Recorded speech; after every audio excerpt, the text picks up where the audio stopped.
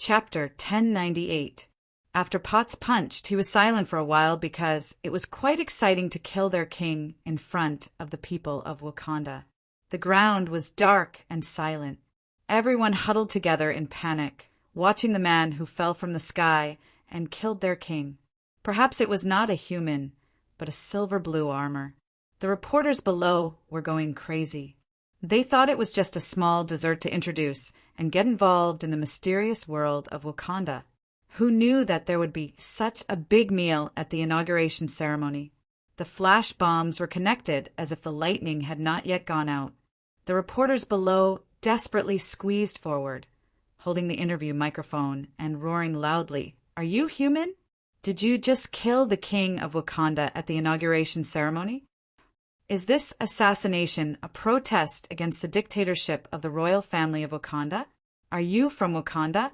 Do you think you are qualified to kill the king on behalf of the people of Wakanda?" Another reporter noticed the armor. "What is your relationship with Mr. Stark? Did Stark Industries plan this assassination? Are you Mr. Stark?" Little Chili Pepper asked in a low voice, "Can I open the hood?" Chin-Ong refused. "It's best if you don't. Let's shift the blame onto Tony. Nick Fury has promised to take the blame for us. Don't do this. Okay, you can do whatever you want." Chin-Ong watched Potts take off his mask. Unlike Tony Stark's mask, this armor was separated from the helmet. Potts could press the mechanical buckle on the back of his neck and remove the helmet. Her blonde hair was freed from the helmet.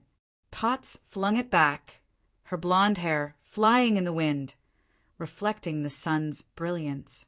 At this moment, the sound of flashing lights broke out completely, and the continuous clicking sound was like a big show in New York. All the reporters went completely crazy. They were grateful from the bottom of their hearts. Tony Stark was the god of the media. He supported at least a quarter of the reporters and paparazzi in America. No matter how bad the news industry was, Stark and the women around him could always provide endless news material, from professional financial newspapers to gossip magazines. It was the same now. The frenzy of the media reporters made the temperature of the scene soar by several degrees. They rushed forward and shouted, "Miss Potts, I heard that you broke up with Mr. Stark last month? Are you wearing the Iron Man armor now? Is it possible for you to get back together with Mr. Stark? Was this attack inspired by Stark Industries? Does Stark intend to intervene in the vibranium market? Will Stark Industries monopolize vibranium resources? Is it legal for large companies to interfere with the sovereignty of other countries? Will you be condemned by the U.S. government? Is this attack related to the military?" General Ross once expressed his dissatisfaction with Ulysses Crow, the leader of the mercenary group. Crow is considered to be Tony Jadaka's biggest supporter. It is alleged that Tony Jadaka hired Crow to murder his cousin, the former king of Wakanda, T'Challa. May I ask if you assassinated Tony Jadaka out of support of T'Challa? Is this a royal dispute in Wakanda? Facing the camera, Kelly Potts was calm and collected, just like when he helped his damn high-profile boss deal with the media at Stark Industries. Facing the flashing lights, Potts sighed in his heart. Tawny is a hopeless, childish ghost. But the feeling of facing the flashing lights is really nice. People who get close to the abyss will always become the abyss. Or one is marked by the company one keeps. In short, learning from Anthony and letting go of himself, Potts could even experience a little of what Stark felt. There was a kind of person who was born afraid of loneliness, but enjoyed the feeling of being alone and wrapped himself up. Such people could only hide their fear of inner loneliness in the flashing lights and the spotlight, like an autistic person in disguise. No one could walk into his heart. He wrapped his heart in heavy armor and could only rely on others' gazes to warm him up. I am Kelly Potts. Everything that happened here has nothing to do with my previous identity. I used to be a superhero, and now, after resigning from Stark Industries, I have returned to this position. I came here to kill this person, and it has nothing to do with any other group.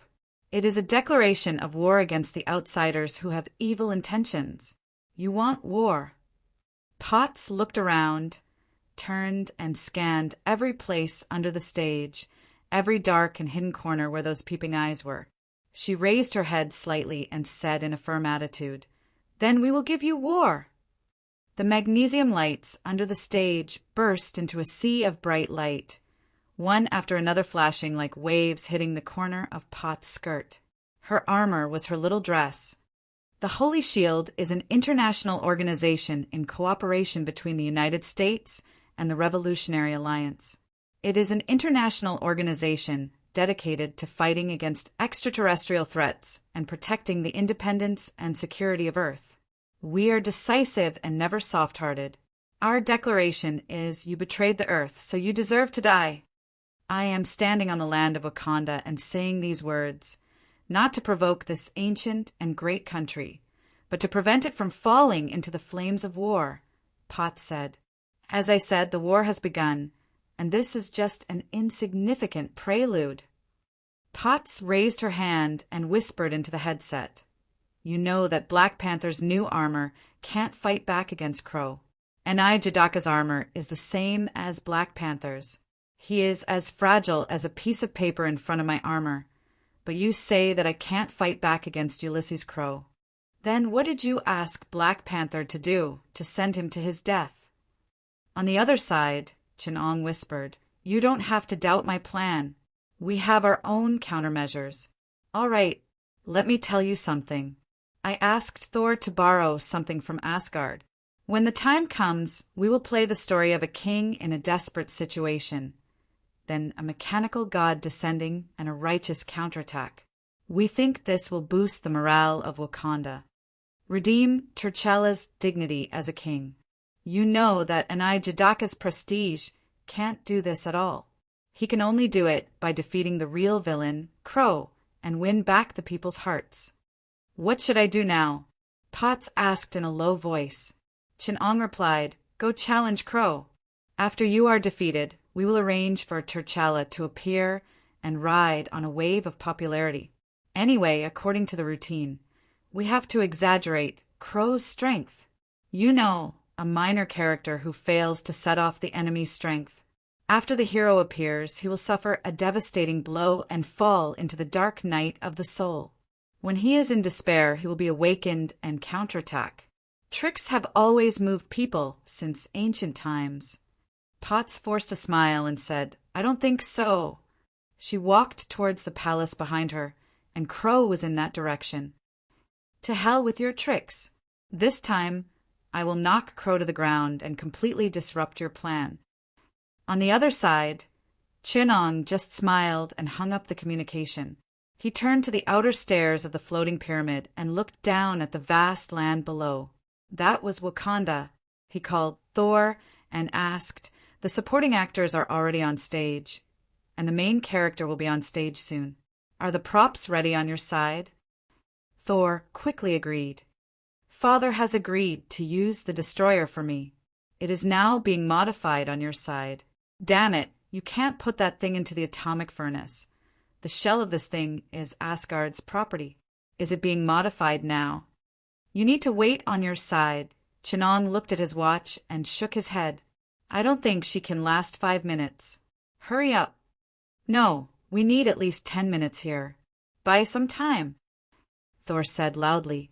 Then what about me? Chinong spread his hands and said, let her chat with Crow for 5 minutes? Crow is a chatterbox. This seems reasonable, but that girl doesn't know her own weight. I think she's going to suffer. Chinong calculated the time. Crow has always been interested in Black Panther. He probably won't kill T'Challa immediately. Let him endure a few more minutes of humiliation, and that should be enough. Chinong calculated without guilt and found that as long as the dark night of the soul was a little longer and T'Challa suffered a little more pain, the time would be about right. It should be able to make it in time for the counterattack, right? Chapter 1099.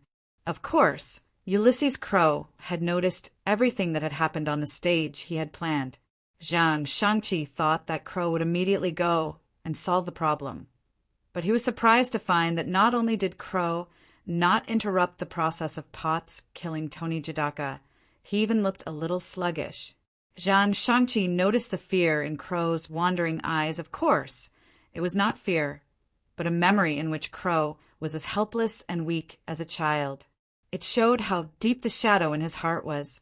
"He's here." Crow muttered to himself, "No, I can't let him find me." Crow felt the shadow around him all the time. He even wondered why he had built the vibrating gold tower. Adam did not appear in front of him, but the existence behind Adam, the more terrifying original, had quietly shrouded him in his shadow. Everything was clearly free, but he felt that he was already in the abyss, surrounded by the shadow of that existence. "No, I don't want this Wakanda anymore." Crow thought of this and immediately stood up, ready to escape from here. He wanted to escape the vortex created by that existence, but at this moment, Crow's body suddenly stopped. He stood quietly on the spot with his back facing Zhang Shangqi. Zhang Shangqi knew that he was not such a curious person, but Crow's abnormal behavior made him feel that something was wrong. He uncrossed his arms from around his shoulders and stepped forward to see what Crow was up to. At this moment, little Chili Pepper was approaching. She suddenly felt a little oppressive in front of her, as if something she could not understand was happening quietly.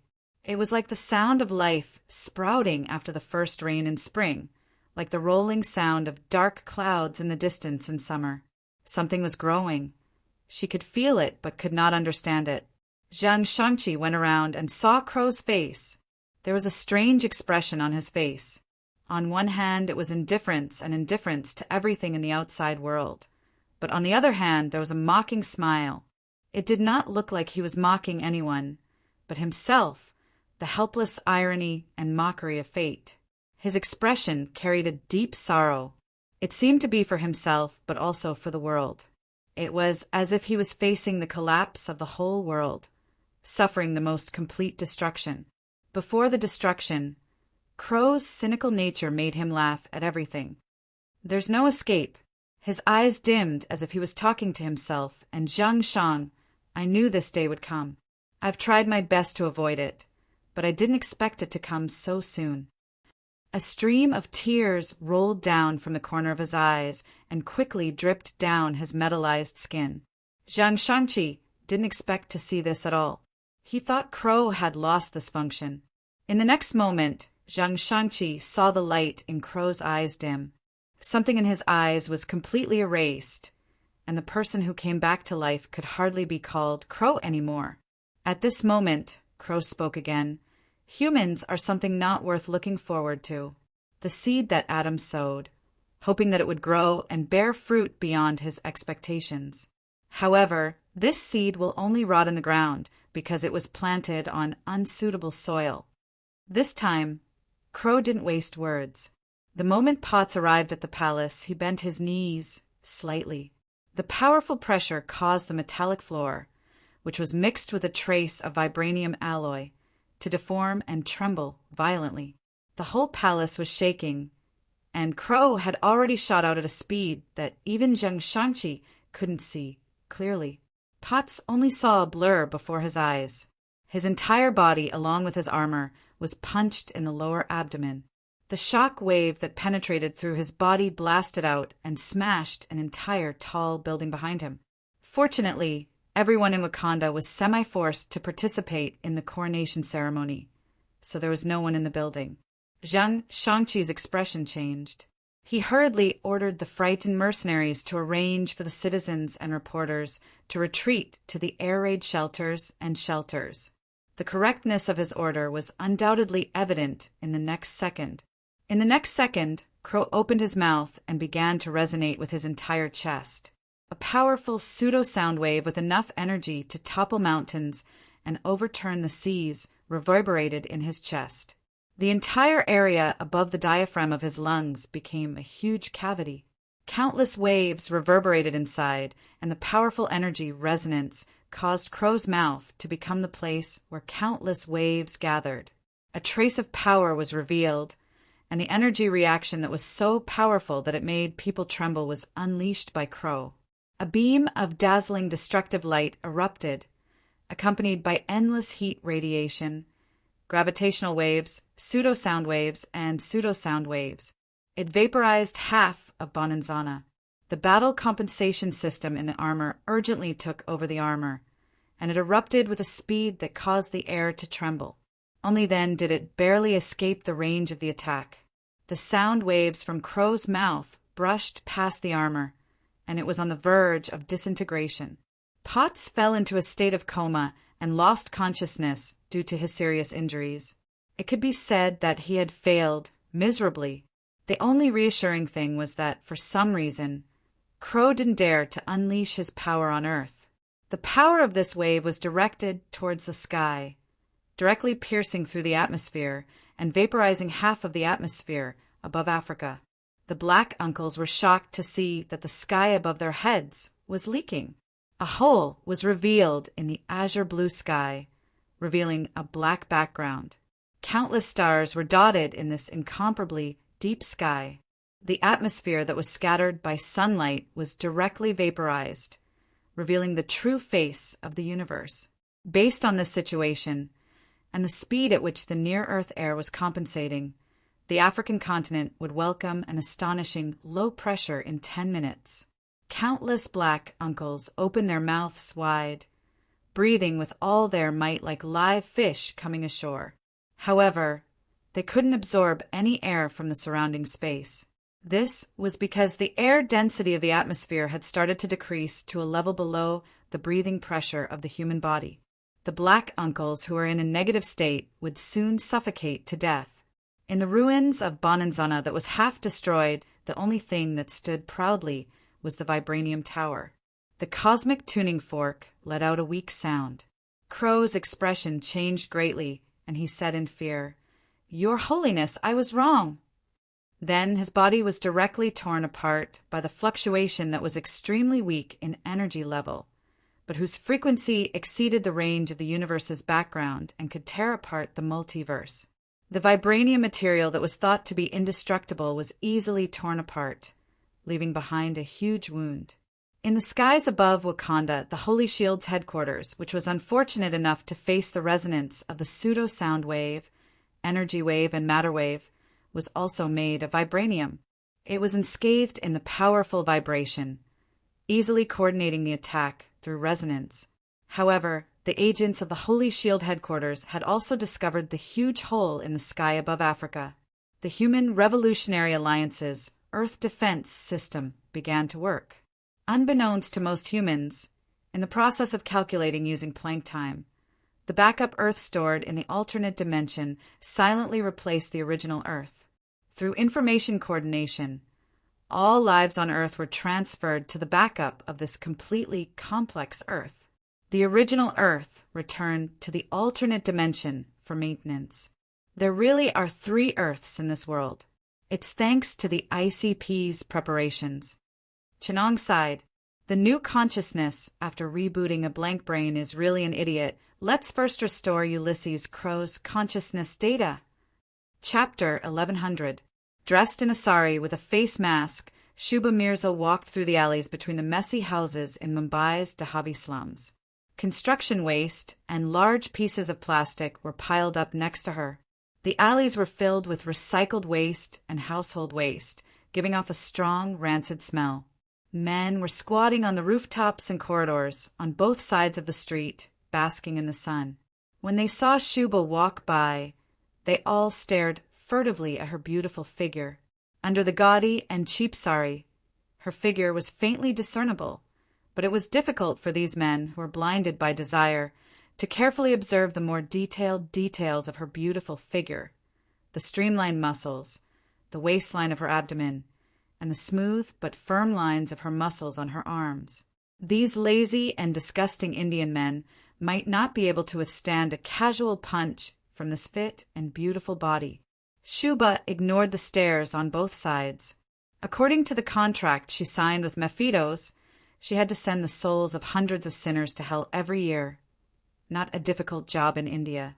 In fact, after she moved to the slums, she had to worry about bringing too many souls with her, as it would strengthen Mephitos. Shuba was a ghost rider, and no ghost rider wanted Mephitos to be too powerful. Shuba used to live in the mountains of northern India, where there were remote mountain villages where no outsiders could be seen for years. The biggest trouble she had living in such remote mountain villages was dealing with the locals. She could even raise her own pet war elephant. In northern areas where Buddhism still retained its influence, Shuba could lead the elephant and stroll through the Bodhi forest, passing by the ancient temples. And when she needed to deal with Mephitos, she just had to go to big cities like Mumbai or Bangalore. Unlike her European and East Asian counterparts, Shuba never had to worry about her performance. India had once lacked everything, but it had no shortage of temples or sinners. Shuba once met a man in Bodhiana who came to the Holy Land with a wheelchair-bound master. Through the trial's eye, she could see that the man was burdened with countless sins, and his heart was burning with an inextinguishable flame of anger. Under his calm appearance, he was almost like a furious god. He was the most powerful and sinful sinner Shuba had ever seen. He wanted to calm the flame of anger deep in his heart by comprehending the principles passed down by Buddha. When Shuba saw him, she had once thought, if I bring such a soul to Mephisto's, I might be able to be free forever and be free from the curse. However, she did not make a move. Firstly, she felt that if she made a move, she would be easily torn apart by the demon in that man's heart. Secondly, although that man was sinful, she could feel that he had no choice but to yearn for kindness and peace. It wasn't Ghost Rider's tradition to attack such a person.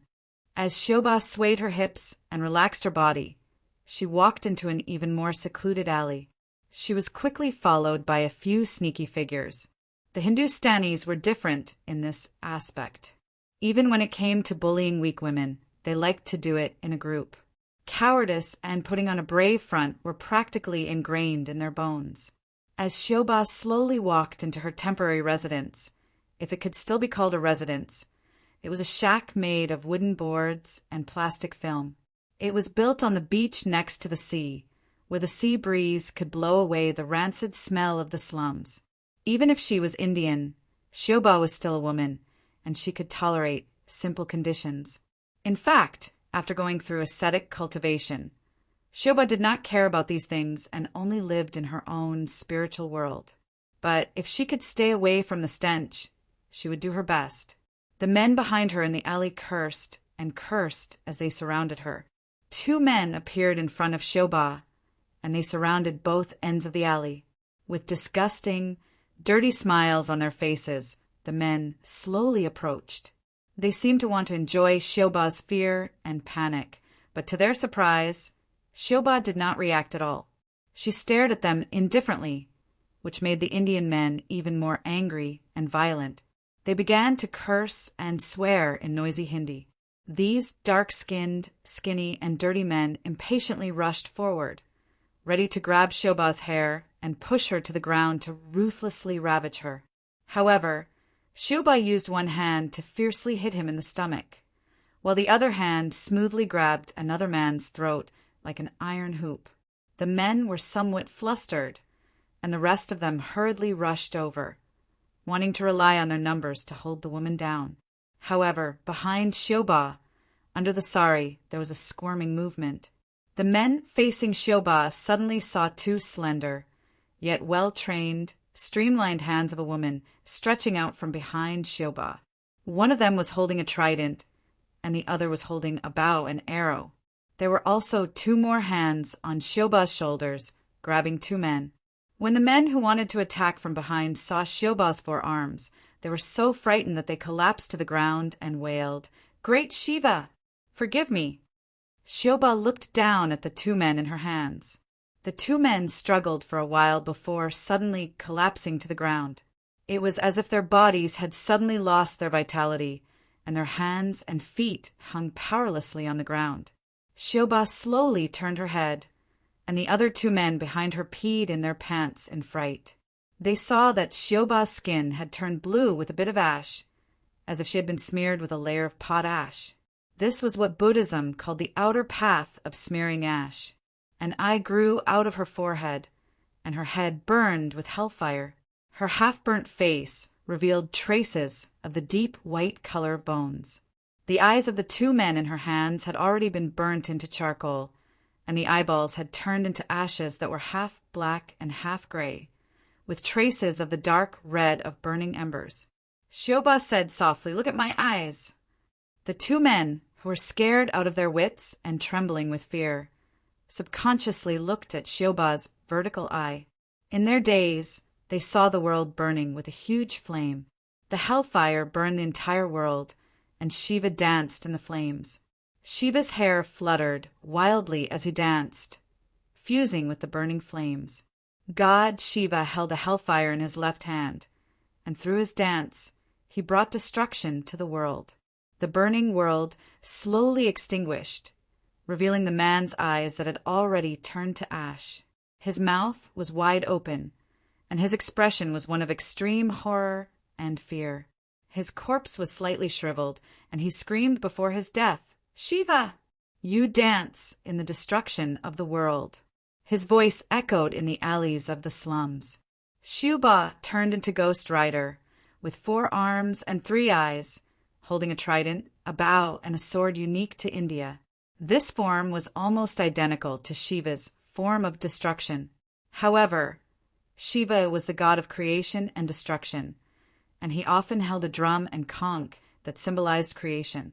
Legend had it that the world was born from the drum in Shiva's right hand and destroyed by the flames in his left hand. As Shiva destroyed, he created the world, creating an endless cycle of creation and destruction. However, Shiva did not have a drum that symbolized creation. Ghost Rider was an angel's spirit of vengeance that coexisted with humans, and the spirit of angels was born from plagues. Therefore, Ghost Rider had the potential to be infected by memes, which allowed Ghost Rider's power to be displayed in accordance with the myths and legends of various civilizations in the world. The Japanese Ghost Rider Bianxiong's trials, I would appear as Ksitigarbha Bodhisattva, while the Tibetan Ghost Rider's trials, I was called the angry stare of 1,000 Buddhas. Shioba's trials, I was Shiva's dance with Indian characteristics. Shioba returned to the shack she lived in, quickly packed her luggage, and walked out of the shack. Miraculously, an elephant walked out of the narrow shack and slowly moved forward under Shioba's lead. A person strolled along the beach with an elephant in tow. In the dusk, the elephant's body seemed to be plated with a layer of gold. The gold reflected off the surface of the sea swayed as if it was burning. The war elephant, burning with hellfire, knelt down and used its trunk to guide Shioba, carrying her on its back. Under the setting sun, the war elephant took large strides, the hellfire on its body burning into a ring of fire, opening a door that had always been unknown. This was a door that Ghost Rider had opened to the dimension of hell with the help of hellfire, using the power of hell to travel through different times and spaces. When Shioba reappeared, she was surprised to find that she had not come to Africa's Wakanda. Instead, she appeared in a huge glass cylinder, surrounded by people in white coats and uniforms running back and forth. The people in white coats shouted, "Space guidance coordinates correct. The target has been taken to the collection point. Unlock the space lock on the Indian subcontinent. Unlock the information suppression on Mephithus. The target, Indian Ghost Rider Shioba, has been taken in." This glass cylinder was located in a huge laboratory, and this laboratory was full of transparent containment tanks. Shioba saw an acquaintance, Bianxiong, not far from her, explaining something to the people in white coats. "I have no intention of obeying Mephithus' orders. I only went to Wakanda to secretly ruin Mephithus' plan." Not far away, there was a ghost rider dressed as a native Indian and a staff member looking at each other through the transparent cell. A black ghost rider, who looked like he had not been locked up for long, was calmly feeding the bone vulture on his shoulder. Next to him, a skeleton horse was uneasily digging its hooves. Further away, in a huge cube several times the size of the transparent cylinder Shioba was in, there was actually an old biplane from the First World War. Its pilot, the Ghost Rider, was carefully maintaining its mount. Chapter 11:01. The original Holy Spear Bureau has now dealt with all the Ghost Riders in the eastern part of the Holy Shield. There aren't many cards that Mephithus can use. Nick Fury returned to SHIELD and looked at the dense flashing red dots on the screen. These were the suspicious people monitored by the Holy Shield. The Holy Shield assessed the power that Mephithus and Domim could use on Earth. They also monitored all the people that the League of Saviors established by Thanos could influence and control according to the threat level. The heroes of the Holy Shield dealt with those who had already been exposed, and these potential enemies of the Holy Shield were all monitored by the agents of the original Holy Spear Bureau and the Holy Shield. Since the Holy Spear Bureau changed the APLD, as technology exploded, and controlling these people was a trivial matter. What was really worth considering was whether the heavily damaged SHIELD had enough power to solve the remaining problems. After the APLD took control of Europe, many European consortiums and capitals entered the United States. Coulson explained, "We can't identify what is behind the glamorous faces of the big capitalists, but we can be sure that some things that cannot be accepted by the APLD took this opportunity to infiltrate our country. For example, the behind-the-scenes controllers of the consortiums and former nobles who died accidentally some time ago. Vampires," Nick said in a low voice. "There are also dark sorcerers." Coulson added, "There are many dark sorcerers, some with noble titles. Some are hereditary members of the House of Lords of the Great Britain Empire. Some control the evil cults in the small towns in the south of our country, and some are the controllers of financial groups. They enter our country with all kinds of legal and illegal identities. Mephithus controls many dark wizards and black mages. The only power that Domim can use on Earth is those wizards who believe in and borrow its power." Coulson added, "So, this time they will definitely take action." Nick Fury looked at the documents on the table. The dark wizard who leads them is a descendant of the Spanish aristocracy and a Hungarian aristocrat, but he has been living in the Transylvania region of Romania. He was born in the era before Romania was independent from the Austro-Hungarian Empire, so it is difficult to say whether he is a Hungarian aristocrat, Romanian, or Spanish. He is Esteban Corazon de Pablo. When he was young, he was a close friend of Princess Cecilia. He helped the princess's lover, Count Andres, fight for Hungary's independence and presented the crown to the princess. If it wasn't for the fact that he and Count Andres were equally close, I'm afraid that some people would say that he was also the princess's lover. Esteban Corazon de Pablo had a good reputation when he was alive. He loved science and alchemy, and he was elegant and humorous. All of this lasted until he saw that Princess Sisai was no longer as beautiful as before and realized how old he was. From that day on, Esteban Corazon de Broca began his mad pursuit of immortality and immortality. In the end, he used black magic to summon Mephithus and used his soul to sign a contract with him, obtaining eternal life. At the same time, his personality was twisted and he became brutal and bloodthirsty, becoming one of the most terrifying black sorcerers of that time. He turned into a monster in the local population of Hungary, wreaking havoc on the world until the Soviet Red Army liberated Hungary in 1945. They killed him along with the castle with hundreds of artillery, nailed his body in a coffin, and buried him in the Transylvania region. We investigated for a long time before we found out where he came from. Now, people only call him the Black Devil. Sounds like Lord Man. Nick Fury said, "He is the European Lord Man." Coulson agreed with Nick's words without hesitation. He's only been sealed for a while, which is why he doesn't have as much influence as Lord Man.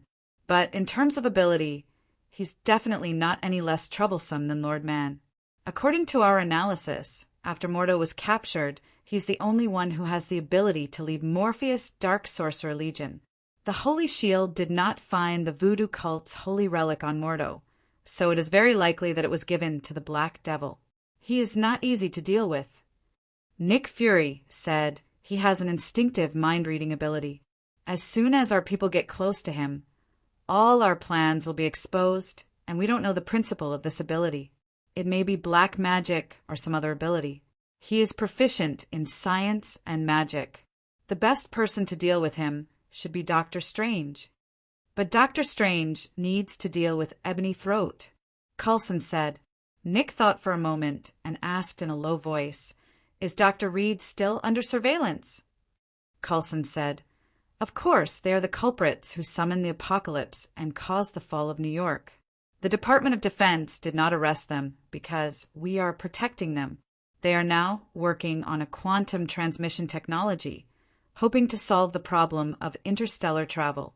You want him to deal with the Black Devil. But Dr. Reed is a researcher. Although he has acquired superpowers, he does not have the basic qualities of a combatant. He is not a warrior. To deal with a demon contractor who specializes in both science and magic, the most dangerous black wizard, the Black Devil, we need at least a doctor. Tani suffers from severe post-traumatic stress syndrome and drinks all day long. Bruce left the Earth with Professor X and disappeared. The Holy Shield has enemies to deal with. The mistakes made by the Fantastic Four are terrible, but it's time to look forward. We need Reed." Nick Fury said. "It can be surprising." Nick, One-Eyed Dragon, stopped Coulson and said, "Don't mention her. Her most important thing now is to deal with the second invasion of Skrull. Before that, we can't trust anyone. Let her hide in the dark. Let's go see Reed and see if he's ready." SHIELD, Strategic Scientist Research Center. Dr. Reed was debugging the gadgets he had assembled, and the rock golem Ben was helping him. Not to mention how Ben used the thick and clumsy forefinger, which was made of the hard alien rock, to debug the precise components of the instrument. The Thunderbolt went out to indulge in debauchery, while the Invisible Woman Susan and Reed were caught in a marital crisis. They had not spoken for several days. Mr. Fantastic Reed did not care. He went his own way. What was a wife to him? Was it useful? Was it as interesting as science? Without a wife, science seemed more interesting. Ben, connect the current stabilizer. Reed looked at an instrument about the size of a car in the laboratory. The energy stabilizer, composed of energy conductor coils, was finally installed. We have done several experiments. When I was in my 3rd year, we completed the material transmission. Although we could not determine the location of the transmission, we could not rule out the interference of the planet's gravity. But now we have completed the algorithm to correct the planet's gravity, created a supercomputer that can calculate so much data of the human body, and completed the energy stabilizer to avoid the loss and instability of the material transmission. Ben, soon we will be able to use this instrument to transmit to other planets. We have to send that thing back. Ben replied in a muffled voice, "Send that thing in New York back. We brought it to Earth. This is a mistake that we will regret for the rest of our lives. We have to solve our own mistakes. That thing came from the sun. It was blown to our spacecraft in an unprecedented solar storm. Victor brought it back to Earth because of his greed, which caused the consequences later." Reed said angrily, "The creation of a higher civilization should be treated more cautiously. At that time, Victor was blinded by the benefits of that thing. That's because of your calculation error, which caused the entire space program to fail." The Invisible Woman, Susan, slowly walked out of the laboratory and said, "If he can't give the board of directors an explanation, Victor will lose his reputation. That's why he is so eager to catch that alien creation and give the shareholders an explanation. And you weren't any better than him. At that time, weren't you just as eager and curious to study that thing? I can see that your curiosity is like a kitten scratching you. For this, you are no more innocent than Victor." They were talking about the supercube, one of the parts of War Skynet. "So you think he is better than me, right? Your ex-fiancé, the guy who wants to become a god." Reed obviously didn't understand the heart of a woman. His clumsy science and technology instincts, always standing at the highest point of academic disputes, made him instantly intensify the conflict to the highest degree. After Victor brought the cube to Earth, he explained his plan to study this alien creation to the board of directors. The board of directors thought he was crazy. Is it my fault that he lost everything? But we are responsible for the disaster caused by the apocalypse, and Victor is dead. A dead man can't take responsibility. If he is not dead, will you be so happy that you forgive him for what he did to you and throw yourself into his arms? But he may not forgive you. Don't forget that you found out that he went crazy studying the cube and wanted to use the power of the cube to rule the world. That's why you stole the cube and came to us. Reed was prepared to use his strength to become single again, accurately hitting Susan's weak spot. Hearing his words, Susan's body shook, and she said in disbelief, "You actually think that way?" "I am already making up for my mistakes. As long as the quantum teleportation device is completed, we can teleport all the things entrenched in the ruins of New York back to the sun, to make up for the mistakes we made in the past. And you? Susan, you keep talking about remorse, but you refuse to quiet down and do something to redeem everything. Because that is not redeeming. Reed, you always have damn confidence in your scientific research ability, thinking that it can solve the problem, but that will only make bigger mistakes and create more problems. Science is not the answer to everything. There are some things that transcend science, and the answer can't be found through research? There is no such thing. Reed calmly pushed up his glasses and shook his head. Agnosticism is not the idea a scientist should have. It will destroy you like alchemy and theology destroyed Newton. Love is that kind of thing. Reed, why don't you study what happened to our relationship? Susan dropped the sentence and left the laboratory without looking back. Chapter 11:02. Dr. Reed probably relied on his own ability to stay single. He had no idea how to coax women. In fact, Reed's EQ was not low. He had excellent leadership skills, and he was also a genius tactician, strategist, and theorist. However, like all outstanding scientists, he lacked empathy.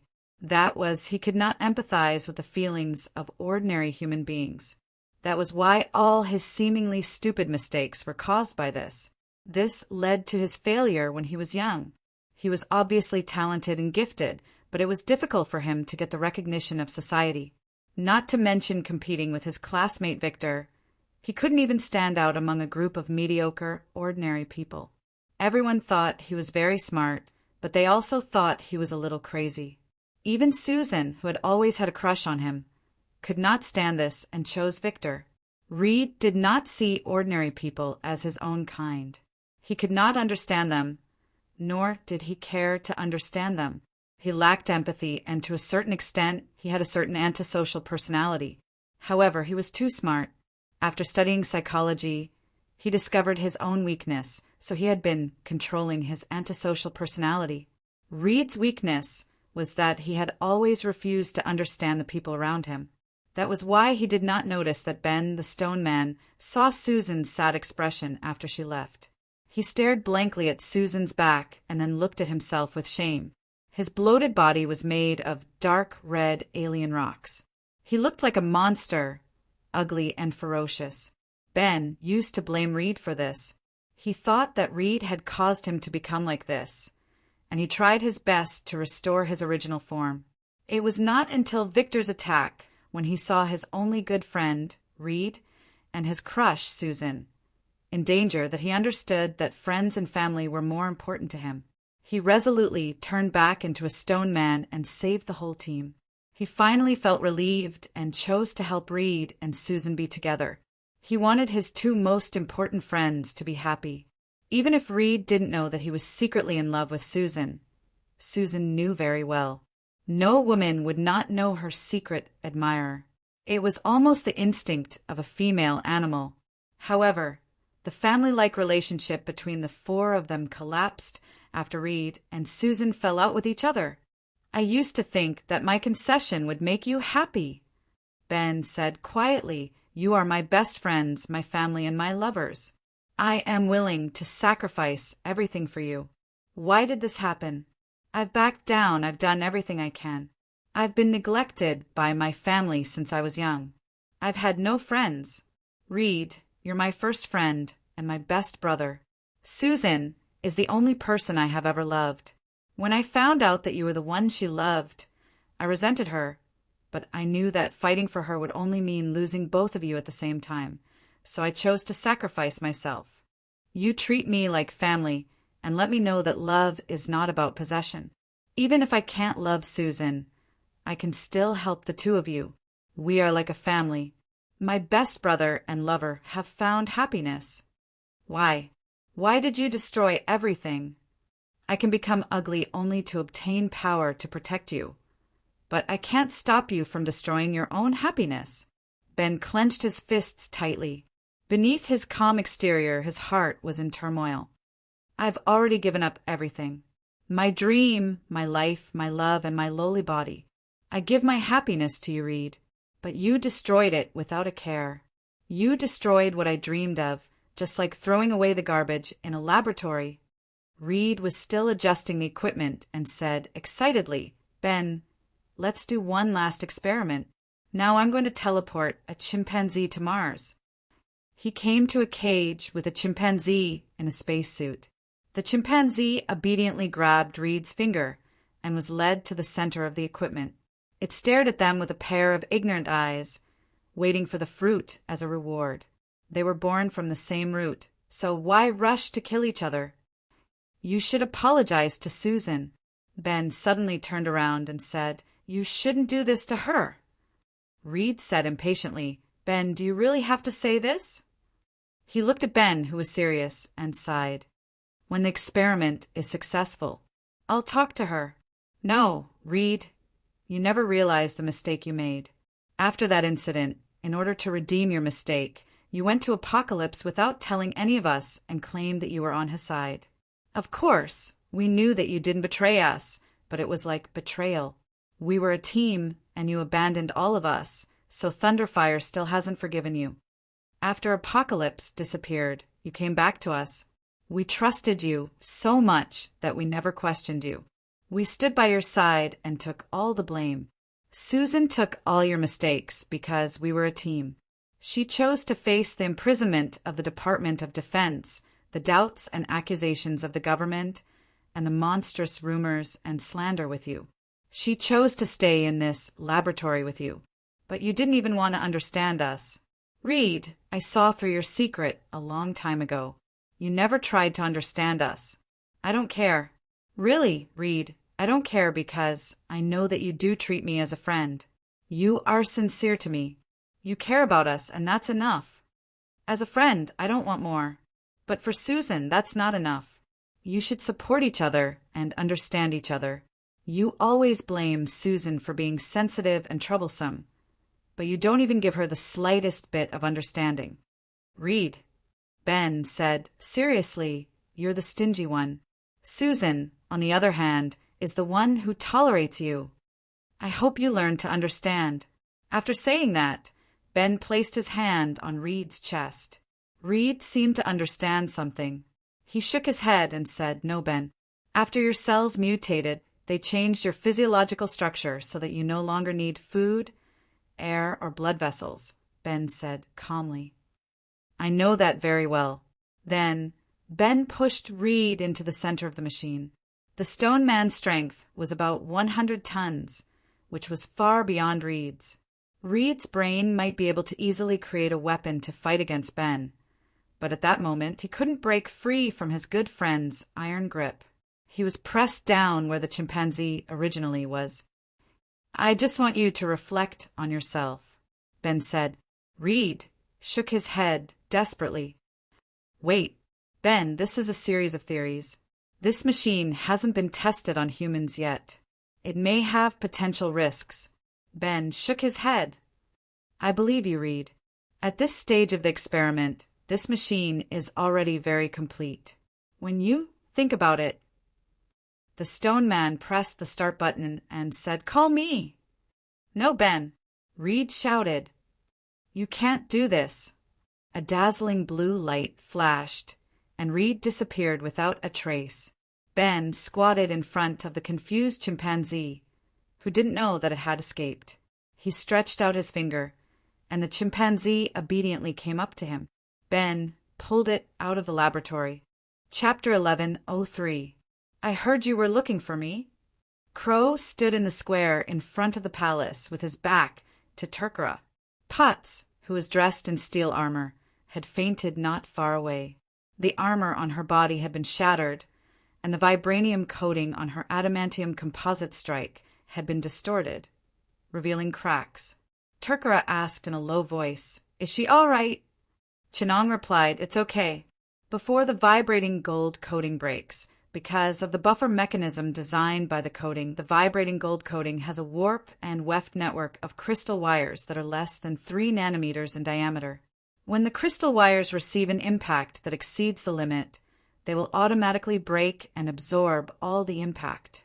You can see it as a kind of ingenious overload protection. The remaining impact is no longer enough to cause fatal damage to the pilot, who is protected by the perfect cushioning system in the armor. Chara nodded. That's good. Now I'm going to settle the score with him for the crimes he committed against our country and my family. Chara looked straight at Crow, who had his back to him, and felt that Crow seemed to have changed a little. He spoke into the invisible headset inside the armor. Su Rue, Princess Su Rue, who was far away in the Egyptian base, stood in the holographic simulator, sharing all the images and data observed through the armor in real time. She had provided technical support for Chara, and with the help of the Holy Shield's resources, she had completely modified the armor. Su Rue had already escaped control to allow her to join this battle. She still remembered everything that happened that day. "Brother, do whatever you want to do." Su Rue said, "I will always support you. This is not my war alone. Su Rue, this is our chance to work together to avenge Mother." Chara opened his hands, and sharp claws popped out of his fingertips. This time it was no longer a cold weapon made of vibranium. Silver-white energy flow attached to the vibranium alloy coating, causing the metal claws to vibrate at an extremely high frequency and amplitude invisible to the naked eye. This was an energy, fluid, high-frequency cutting weapon. The diameter of hundreds of vibranium crystal wires woven together was only 1 nanometer. This kind of alloy crystal wire was attached to and grown in an environment close to absolute vacuum by evaporating adamantium chi in an ultra-high temperature and pressure environment, growing into the shape of the crystal wire, while retaining the energy affinity of vibranium sound-absorbing steel and the ability to easily sense vibrations. The equipment also inherited the indestructible characteristics of the Republic's special omega adamantium alloy. Vibranium strength was indeed outstanding, but it was still incomparable to adamantium. Vibranium's outstanding physical properties were reflected in its ability to absorb kinetic energy and sense vibrations. In terms of physical properties that were indestructible and indestructible, it was not as good as adamantium, which had reached the pinnacle of material science in terms of pure hardness and toughness. This was the answer Su Rue gave to break the 12 stages of vibrating gold body. The reason why Crow's vibrating gold body was so strong was because of the vibrating gold's ability to absorb vibrations and the superconducting metal's energy release state. Any external kinetic energy and internal energy would be converted into vibrations and controlled by Crow. This cheat-like characteristic completely explained the shameless style of not being able to defeat me, only making me stronger. After the Holy Shield's analysis and research on the characteristics of Crow's vibranium body, they discovered that this power was not invincible. Although the products made of vibranium were sturdy and durable, it was not to the extent of being indestructible. The real key lay in the research on the energy release state of the human body structure in the vibranium body. Monocrystalline silicon was doped with trace amounts of IIA elements to form P-type semiconductors, doped with trace amounts of VA elements to form N-type semiconductors, combining N-type and P-type semiconductors when pure monocrystalline structure was illuminated. The state of charge distribution in monocrystalline silicon would change to produce electromotive force and electric current. This was a simple energy release state. It was also the principle of solar cells. The principle of vibranium's vibration absorption was almost the same. When vibranium received external kinetic energy, it produced pressure on the surface of the metal. This pressure, through vibranium's unique metallic crystal structure, was evenly dispersed in the metal and converted into internal energy. This internal energy, specifically, was the interaction force between atoms. The structure of vibranium was like countless springs that could store power. This spring was known as the equilibrium distance between atoms, and it converted external pressure into internal elastic potential energy. Because the atomic spring could store an astonishing amount of power, it had the appearance of being indestructible. Other than external kinetic energy, external internal energy was the same. All energy attacks changed the state of atoms. And this change to the state of atoms could also be easily converted into the elastic potential energy of the atomic spring. This was the basic characteristic and principle of ordinary vibranium alloys. Therefore, it was not difficult to destroy vibranium. One only needed to destroy the net of atomic springs. Therefore, when vibranium vibrated at high frequencies, in the process of destroying the equilibrium distance between atoms and the coordination of the energy storage structure, it would lose its activity.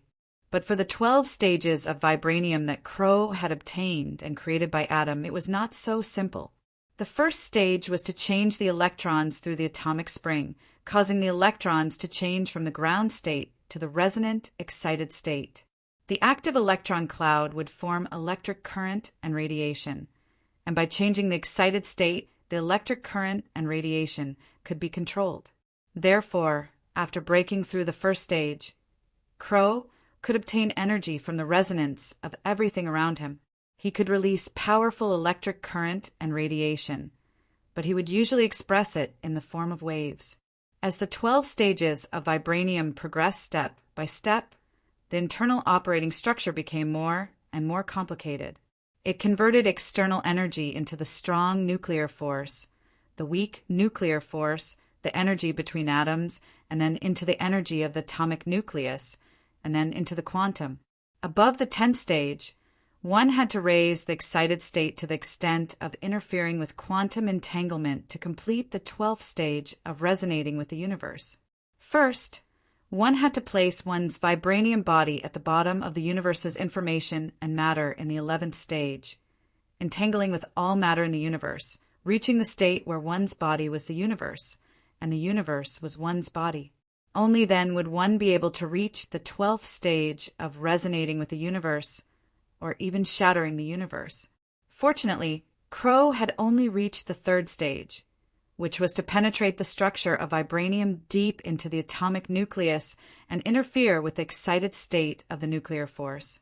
Therefore, the Holy Shield combined the two technologies of the original divine spear, energy fluid and high-frequency blades. On one side, it was a composite structure of the two most outstanding metals in the universe that vibrated at a high frequency to deactivate vibranium and destroy its structural potential energy network. On the other side, it used high-intensity energy, binding technology, to directly change the atomic state of the vibranium body at a high energy level. High-speed vibrations alone would never be able to break Crow's invincible defense. Relying on pure energy would not work either. Only by combining the two and making use of the flaw of the 3rd stage of vibranium's imperfect transition between kinetic energy and internal energy absorption could he break Crow's defense for a short period of time. There was nothing wrong with the theory, but Crow could already resonate with any external changes, including gravitational waves and photon vibrations. Any external force and movement within a relatively large area that almost enveloped the entire Wakanda would be transformed into his own energy. Every minute and every second, he was absorbing the power of tens of thousands of nuclear bombs exploding. T'Challa's modified Black Panther armor could theoretically break Crow's defense. But in terms of absolute power, it was still as minuscule as an ant. Moreover, Crow's core had now changed. Facing a direct threat from T'Challa, he only slightly used the innumerable atoms in his body. Each atom was equivalent to a small engine, and the negligible shred of power these engines activated had completely activated the electron cloud in his vibranium body. The electron cloud was like the universe, and the electrons were like planets that rotated and moved. The connected electron cloud was like a nebula, and the countless nebulas formed the entire universe. This was the universe of the human body, a small universe composed of innumerable electric signals. This small universe was blasted out with a negligible shred of power, changing the equilibrium nuclear distance of the countless matter molecules in front of Crow's body. The powerful vibrational force condensed into white in the air. This was a phenomenon after the equilibrium nuclear distance of gas molecules changed drastically. The Black Panther was directly hit by this force. The TUC material technology was truly advanced, and the materials they provided for the armor were indeed of high quality. He was not vaporized into water vapor or small molecules, and his molecular chains were not shattered either. His entire body was vaporized into a plasma state or a gaseous state of small molecules or ionized single atoms. He was blasted into the sky, creating violent sparks from the friction with the atmosphere. Like a meteorite launched from Earth, he flew out of the atmosphere in a few short seconds and reached the moon nearly 3 minutes later. This was definitely done on purpose by Crow. Otherwise, it would not be such a coincidence, and the route to the moon would have to be carefully calculated. The speed at which T'Challa flew out was close to 1/100th of the speed of light. Taking his body mass into account, such an acceleration would probably consume the energy of dozens of nuclear bombs exploding. In the instant that the city of Adolin detected the high-energy strike, a streak of fire descended from the sky and smashed into the edge of the city. A crater with a diameter of almost a kilometer was created in an instant, and a quarter of the entire city was destroyed by the violent earthquake and impact that followed. The Inhumans were also extremely lucky. They were all in the heavily guarded palace, listening to the new Inhuman King Maximus' mobilization for war against Earth. In the next instant, Crow crushed the entire palace and jumped onto the moon, giving T'Challa, who was in the crater, a kick that sent him almost a kilometer into the lunar crust. The second impact struck Adolin, and the Inhumans in the palace were struck by the shock waves of 2 consecutive attacks in a matter of seconds. Many of them were injured, with women and children sprawled on the floor of the hall in terror, some even beginning to sob quietly. Lying in the soil and rocks of the moon that had melted into magma, T'Challa was on the verge of losing consciousness. Chapter 1104. 3 hours ago, in a huge palace made of the best white marble on Earth, Maximus sat on the throne that once belonged to his brother, King Blackbat, and gathered all the mutants. In the brightly lit hall, all kinds of mutants came to the palace to see their king. The mutants had advanced technology compared to Earth. Through the Tyrigan crystal mist, they awakened a variety of superpowers from their modified genes. But at the same time, this artificially modified superpower was the same as their reference target, the mutants, causing various damage and abnormalities in their genes. They developed ethnography, a research that was absolutely forbidden in the social environment of Earth. Ethnography was the artificial genetic optimization and selection of human beings. In short, it was like the selection of crops and breeding of pet breeds on Earth, using artificial interference to select traits and breed human beings. When Chen Ong observed the boundaries of many worlds, he once proposed a hypothesis. If a slave civilization continued to develop, then with the progress of science and the development of society, what kind of special social behavior would appear? He observed a world where slavery continued to develop after the South won the American Civil War. In that world, with the development of science and technology, the Americans did not eliminate slavery, but developed it more scientifically. That was ethnography also known as the selection and breeding of human-like species. Modern selection and breeding technology had been applied to pets to breed a wide variety of special breeds. Take dogs as an example: border collies, corgis, German shepherds, teddy bears, golden retrievers, huskies, and other pet and working dogs. The methods used were generally anti-ethical and anti-moral measures, such as bloodline records, inbreeding, and trait screening. But dog owners who indulged in the special characteristics of their pet dogs never cared about these. They never thought about how a pet dog with an excellent trait could inherit this trait or even reach a stable level. They also could not imagine why most modern purebred pets would have genetic diseases, because pet trait breeding almost always used anti-ethical methods, selecting puppies with obvious traits from the same litter and mating with each other. A large population of new pet dog breeds could almost all be traced back to one or two such pet dogs. The breeders would breed them at a frequency that would cause serious harm to the body. This was the only way to expand the population in a short period of time. A large number of unqualified puppies would be destroyed, and a large number of qualified dogs would breed at a high rate after reaching adulthood. This kind of breeding would seriously damage health. This was the history of modern pet development, and almost all new dog breeds came from Western countries. However, those Europeans and Americans who treated dogs as family members had never protested the origin of their cute dogs. They protested against the so-called pure-blooded but anti-ethical bloodlines. And these methods, from pets to slaves, only needed to break the bottom line a little. The southern farm owners of the Confederate States of America soon learned to manually screen their slaves. They first bred a race of people with low intelligence but docile, honest, and loyal to their masters.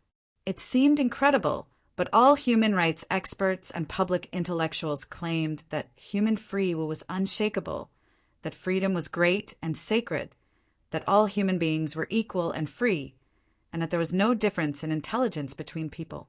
But in the field of pet dogs, there was a huge difference in IQ between a golden retriever and a teddy. There was also a difference in breeds of affection, irritation, and aggression. No one would think that a golden retriever was as aggressive as a Tibetan mastiff. People did not dare to mention the difference in IQ between different races, but every professional dog trainer would enthusiastically discuss how high the IQ of a border collie was and how brainless a Tibetan mastiff was. That's science. It's universal, it's repeatable, and sometimes it's even anti-human. Dogs could be bred to have such a big difference in characteristics. Why couldn't humans? Pygmies were known as Africa's pocket people. Their adult height was 30 to 1, 40 meters, and they had extraordinary physical strength. They lived in the Idoli region of Zaire in the middle of Africa. Their average IQ was 54, which was only equivalent to a slightly smarter whale. Pygmies matured at the age of 8. This was a special race that was naturally bred. The Confederate States of America only needed to introduce artificial selection and optimization, and soon the black working slave population would be completed. They were honest, obedient, and had low IQ. The Americans basically did not have to worry about the slaves rebelling, nor did they have to worry that one of them would stand up and loudly chant, "I have a dream." Then there was the population differentiation of working people. Some farm work required a slightly higher IQ, so slaves with a relatively higher IQ would be bred. The slaves did not need to live too long. When they could no longer work, they would be disposed of, but it would cost money to dispose of them. The farm owners would not slaughter the slaves themselves.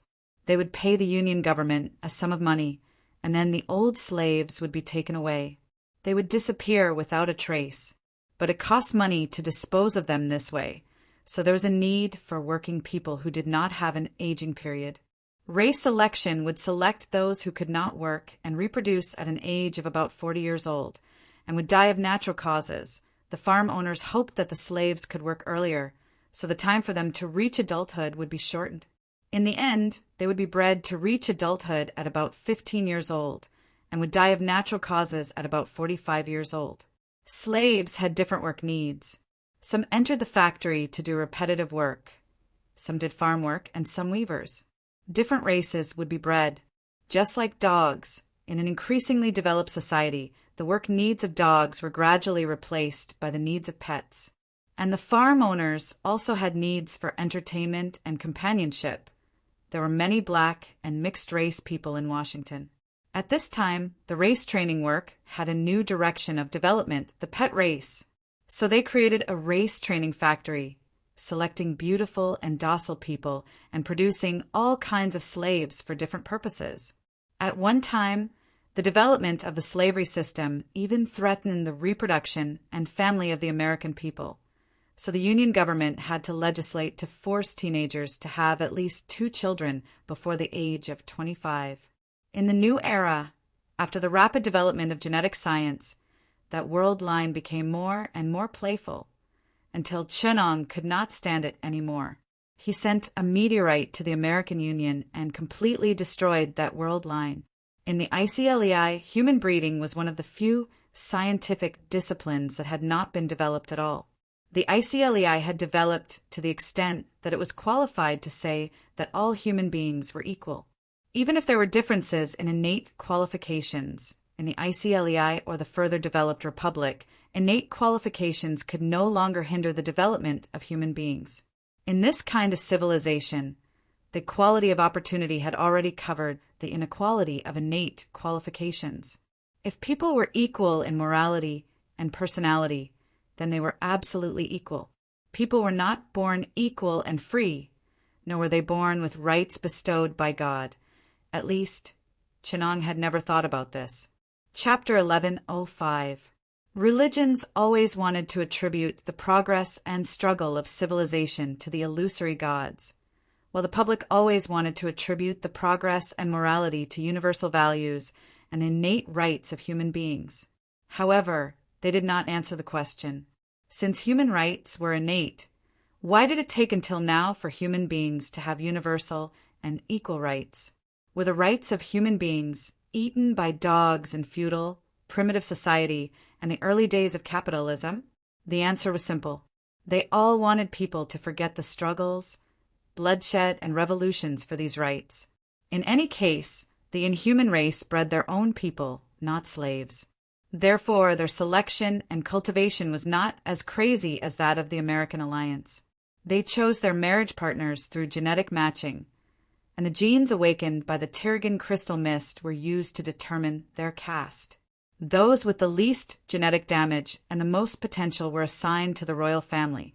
They were divided into different castes: Alpha, Beta, Gamma, and Omega, royal family. The lowest among them was the Alpha original caste. After the awakening of the Tirigan crystal mist, those with the most genetic damage and the lowest potential would be assigned to this caste, even if they were royal family before the awakening. They would lose most of their rights, including freedom of marriage and some personal rights. After a long period of selection and breeding, the genes of the royal family of the mutants were optimized, and their abilities were the most powerful. As for the alphas, not only were their abilities weak, but they also suffered from serious side effects. They were also deformed, and most of them had genetic diseases. Many of them were psychopathic because of this. Maximus was the hope of these people. If King Blackbat represented the powerful and noble royal family, the elder family, and the interests of the mutants, then Maximus represented the interests of the mutants of the lower castes. He represented their political ambitions. This was the reason why Maximus was able to seize power even though he did not have the support of the mutants. Even if King Blackbat defeated Maximus 100 times, his base would still support him. This was because Maximus was the only one of the higher castes who had common interests with the lower castes. He had a pure bloodline and excellent genes, but because of an accident when the Tirigan crystal mist was awakened, he lost his abilities. In the eyes of the lower castes, he could understand their fate and stand on their side. From this point of view, Maximus was not stupid. He understood the most brilliant politics of a politician. Always stand with those who support you. This was the reason why some seemingly stupid politicians could not fall. They looked stupid, lame, and greedy, but they could still stand after being attacked. Because their roots were strong and Maximus knew what the lower castes needed, they needed more than equality. Not only did the pursuit of equality go against the scientific selection of the mutants, it would also destroy their future. The number of mutants with powerful abilities would decrease, and they would lose their trump cards to survive in the universe. Moreover, it would offend the most powerful mutants. They would not fall out with Maximus just because he had banished King Blackbat, but they would definitely rebel because Maximus had abolished the caste system. What the lower castes need to do is to stand above the rest and stand above the lower castes. In other words, they had had enough of being oppressed and wanted to be oppressed by someone of a lower status, such as the untouchables in the Indian caste system. Maximus then declared that he wanted to conquer Earth. He did not need to say anything, and the lower castes would think that they could be above others. They could stand on top of humans, do whatever they wanted, and become conquerors. They were not the lowest of the low, but humans were. They could live the life they dreamed of. The weak would wield their knives against the weaker ones. Those who were oppressed would vent their anger on those who were weaker by 1,000 folds. In the palace, Maximus listened to the words that his followers wanted to hear the most. He encouraged them. The humans on Earth are very weak. They don't have any special abilities. Even the worst mutant can easily conquer them. Their government is made up of mediocre people. They're all fat and incompetent bureaucrats. Their technology is very backward. Everyone can see that their most advanced aerospace technology is just to put a human in a thick bag, spacesuit, and send him to the moon. Many of us have secretly seen the toy sent here by the most powerful country on Earth. When they put up the flag, I even peed on it. The crowd below roared with laughter. Many of them had red eyes as they greedily listened to everything Maximus said. And there are actually as many as 6 billion of these weak slaves. Everyone will be given hundreds of thousands of slaves to produce everything for you, using the rich resources on Earth. After conquering Earth, humans will be the lowest caste. I call them untouchables. They will provide for you. You are the warriors and officials of our country, and they are the slaves. Maximus shouted, "We let go of such rich resources and such a large population. Instead of conquering, we hold up on this narrow and barren moon. Do you think this is the right thing to do? What about our people? Whose fault do you think this is?" One of the strange-looking low-caste mutants raised his arms and shouted, "It's the Black Bat King's fault. He only knows how to oppress us, but he is too weak to conquer Earth." The mutants below were boiling. The Black Bat King. It's all the Black Bat King's fault. Fortunately, we overthrew the Black Bat King. Otherwise, he would be too cowardly to conquer Earth. The faces of the royals sitting on the stage changed. They looked at the agitated, low-caste mutants below and felt fear in their hearts. They finally understood how intense the internal conflict among the mutants had become. Just like the upper echelons of Earth, they began to fear the possibility of a revolution. But they also knew that this had nothing to do with the Black Bat King. Long before the Black Bat King was born, the mutants were forced to move to the moon. Of course, they did not do it voluntarily. Compared to Earth, the moon was too barren. When they were on Earth, it wasn't that the Inhumans didn't want to conquer Earth. Obviously, the humans on Earth weren't lambs waiting to be slaughtered. They only came to the moon because they were forced into a corner by the Earthlings. The Black Bat King had been restraining Maximus all these years because he did not want him to court death. Maximus was well aware of this. He said all this, but what he really wanted was to take advantage of the civil strife on Earth to occupy a small country with a population of hundreds of thousands to satisfy the interests of his supporters. He boasted that the mutants still had the power to occupy a small country. At that time, the resources of that small country could easily satisfy the appetite of the mutants, who had a population of less than 10,000. Chapter 1106. The mutants in the entire Alanti Palace gathered together and cheered wildly toward Maximus, who was sitting on the throne. The low-caste mutants were venting their desire for victory. Queen Medusa, the wife of the Black Bat King, stood up. Under the dissatisfied gazes of Maximus' supporters, Medusa said sternly, "You know, the Black Bat King would never do such a thing." As a king, he ruled the mutants with self-control and benevolence. All the measures we have taken are for survival, including the caste. Without the caste, we would have long lost our power in the long era of isolation. The Kree created us and tried to enslave us to use us as their weapons. The mutants resisted precisely because they did not want to be involved in the war. Now, you're dragging them into another war. You are instigating them to be arrogant, making them think that superpowers are omnipotent. Humans are not lambs waiting for death. Peace is of supreme significance, not only to Earth, but also to us. A few years ago, I saw with my own eyes the army of Earth come to the moon and kill an evil god on the dark side of the moon. We can start a war, but we can't end it. There are so many mutants. We can't afford to lose them. Medusa said, "Maximus, I can't sit back and watch you lead our people to their deaths." The fanatical crowd below fell silent. They wanted to resist and refute, but the long-term servility of the mutant royal family made them not dare to speak for a moment.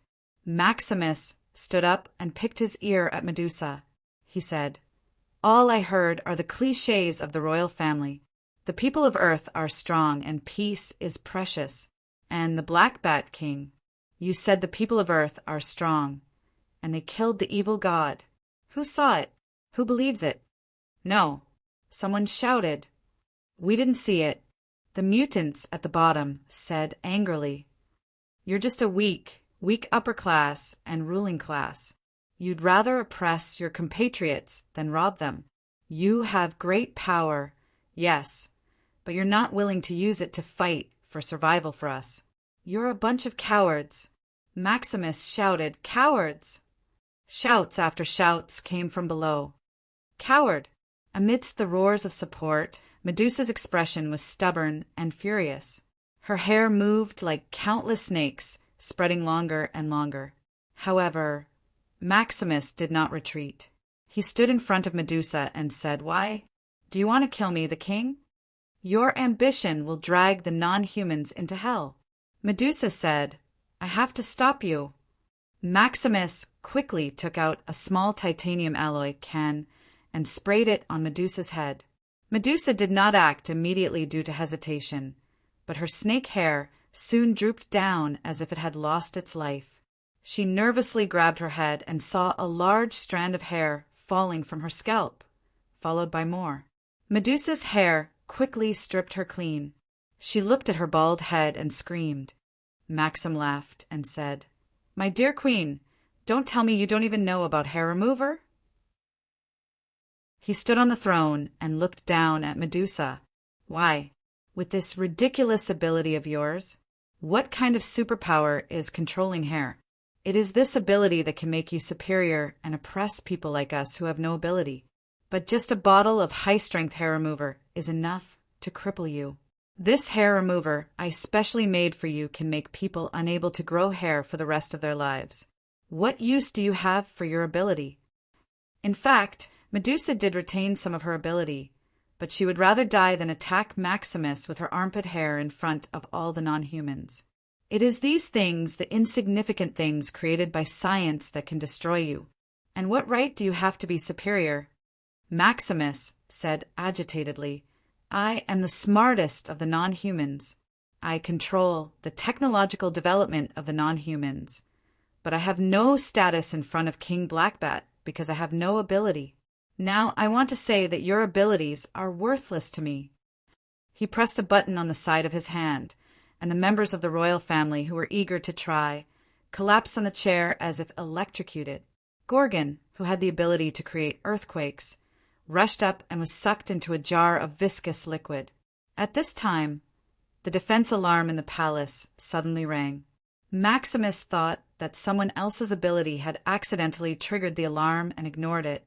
Soon, a strong tremor hit the palace, and the palace's defense system was automatically activated. Maximus' expression finally changed. He rushed to the canister that Gorgon was hiding in and asked in confusion, "The buffer fluid inside is specially made by me. How can your ability bypass the absorption of the buffer fluid and exert its effect?" Gorgon raised his head and mouthed inside the jar, "Because I did not use my ability." The next moment, a warrior wearing a black battle suit that looked a bit like King Blackbat, his ears and black mask were a bit similar, was smashed into the palace's defense shield. He leaned against the palace's energy shield and seemed to be unconscious. Chara's sister was remotely taking over her brother's battle suit. She said with a sobbing tone, "Activate motion capture and combat assistance system." Stimulated by the electrical signals from the Black Panther battlesuit, the Black Panther reacted instinctively. He leaped up like a leopard and pounced on the energy shield. His limbs stuck to the energy shield, and the claws of the battlesuit sucked on the shield like pads of flesh. He stuck close to the shield and was even absorbing the energy of the shield. Maximus saw this turn of events and shot a look at his supporter, Franti, who had super strength. Flento rushed forward, walked out of the shield, and punched the Black Panther who was waiting for Ulysses Crow.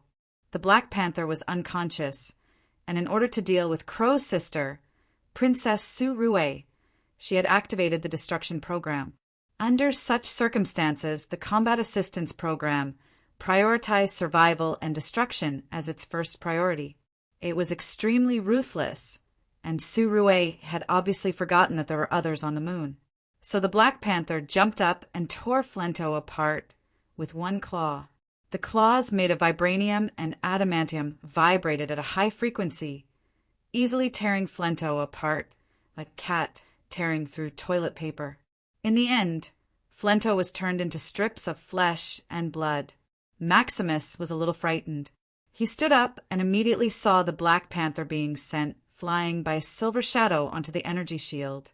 Crow stepped on the moon rock and slowly walked out from behind. Maximus was overjoyed. "Your Excellency Crow, thank you for defeating the Earthlings who were plotting to attack Allantai. With an ally like you, the Inhumans will definitely do their best to help you conquer Earth." Crow looked at Maximus, who was smiling obsequiously. "Get lost. Don't disturb me while I teach the enemy a lesson." He pressed down on the Black Panther's head with such force that it was directly pressed into the energy shield. The Inhumans could even hear the sound of the energy shield being overwhelmed. Crow glanced at the Inhumans and smiled coldly. "Useless test subject. Make your final contribution to the Master." He squeezed slightly, and the electrons that overflowed from his fingertips shot through the energy shield. Behind the Black Panther's head, the energy shield shattered into countless pieces like a thin piece of paper. A powerful ripple swept out and tore the entire palace into pieces. 90% of the Inhumans' population exploded into a cloud of blood mist. Maximus' eyes were about to split open. He was detained, but the roasting had unexpectedly turned into protection. Medusa, who was lucky enough to survive, let out a shrill scream. Medusa, who had accidentally activated her other abilities due to her agitation, let out a banshee-like howl, and super high-frequency sound waves shot in the opposite direction of Crow. However, the sound waves that could cause a person's head to explode could only clean up the dust on Crow's body. A mere small Inhuman race dares to say that they want to encroach on Earth. Crow sneered. "As the guard of Earth's laboratory, I am duty-bound. I'll destroy you guys while I'm at it." "Clearly." Maximus screamed. Crow casually flicked a ripple and turned him into powder. He carried the Black Panther, who had already turned into a dead fish, with one hand, and retracted the finger that had flicked Maximus to death with the other hand. He slowly walked toward the participating Inhumans. Medusa ran to the place where the Terrigon crystal was kept and injected a large amount of the crystal into her body. She knew that whether it was for the sake of the Black Bat King or the Inhumans, she had to stop Crow from destroying Allantai at all costs. Before the remaining Inhumans could react, Crow looked at them and said in a low voice, "I was going to kill this king of Wakanda but since you're already here, I might as well get rid of you guys as well. As mutants who imitate Master's experiments, you inferior test subjects have no right to live in Master's laboratory. Master has given you guys a chance, but even the best of you can't satisfy him. If that's the case, I can only let you guys die. In this galaxy, only those who show their worth are qualified to live. Medusa understood something. You want to kill us just because you think we don't deserve to live. Crow tilted his head and said, If you're smart enough, you should know how to let your species survive. Medusa glanced at the few mutants that were left behind. She fell into despair. The mutants had been annihilated. The only survivor was probably the Black Bat King, who had been sent to Earth. This might be a blessing in disguise. But without his species, how could the Black Bat King survive? Medusa knew that the Black Bat King was a person with an extraordinary sense of responsibility. She had to give the Black Bat King a reason to live. She looked at the Tarragon crystal in her hand and suddenly threw it to Tetanus, a bulldog behind her. She shouted to Tetanus, Send this thing to Earth. Tetanus instinctively bit the Tarragon crystal and activated its ability. Yes, even if it was a dog, as long as it was powerful, it was still a member of the royal family. This was the rule of the Inhumans. Medusa turned to look at Crow. Her eyes shot out a beam of light, and wherever the beam went, everything turned into stone among the stone statues. The silver crow was still floating. Even the Black Panther in his hand had not turned into stone. He looked at Medusa indifferently. Gorgon broke free from the trap and threw Medusa's sister, Crystal, at Tetanus, while he himself pounced on Crow. The inhuman Kalnike, who had the ability to see through any weakness, desperately tried to find Crow's weakness, but in his deduction, Crow was invincible. He howled in pain, and tears of blood flowed from his eyes. Medusa's younger sister, Crystal, also disappeared along with the big dog, Tetanus, and was teleported to Earth. In the end, she witnessed with her own eyes the mutants who rushed towards Klaus were easily crushed by Klaus as if they were ants. The mutants of Atlanti were exterminated. From then on, she was deeply traumatized by Earth. Chapter 1107. A week ago, a black bald head slowly walked into the night. This was Louisiana, bordered by Arkansas to the north, Texas to the west, Mississippi to the east, and the Gulf of Mexico to the south. However, the bald, one-eyed man was not walking on the streets of New Orleans. Instead, he was walking in a typical southern town in the Delta region. He held a map in his hand and looked down at it. However, the hand-drawn map was completely based on subjective perception. The person who drew it had not received any map-drawing training, so even an elite agent like Black Lubed Egg could not tell what was marked on it. However, the B***starred who asked him out had only given him this map. Black Egg had to stop a person on the road. It was also a typical southern redneck old man. He asked, Hey, brother, do you know where Ben Devereaux's old house is? Someone asked me to meet him there. The old man glanced at him coldly, his eyes full of disgust. He shouted at him, F***CK off, Black Egg. Hey, I didn't offend you. This is the United States now, not the Southern Alliance. We're not in the Southern Alliance. You'd better show some respect, Nick Fury said unhappily. The redneck old man's face was gloomy, revealing an indescribable gloom. He muttered as if he was having a seizure. Now the United States is protecting you. If it was in that era, even 60 years ago, there would be no place for you devils to live here. We will burn you and your nest to ashes under the leadership of our priests, wearing pointy hats. The old man leaned on his cane, his mind a little muddled. He was so agitated that his whole body was trembling. He shouted, Burn you to ashes. F***CK off, devils. He mumbled a passage from the Bible, took out the silver cross on his chest, and pointed it at Nick Fury. She even acted as if she wanted to chase him away, waving her walking stick as she chased after him shakily. Facing such a muddled old man, even the king of agents could not do anything. Nick covered his head and fled. He ran into an alley without streetlights under the old man's scolding. As he ran, he complained, "D*****mn it."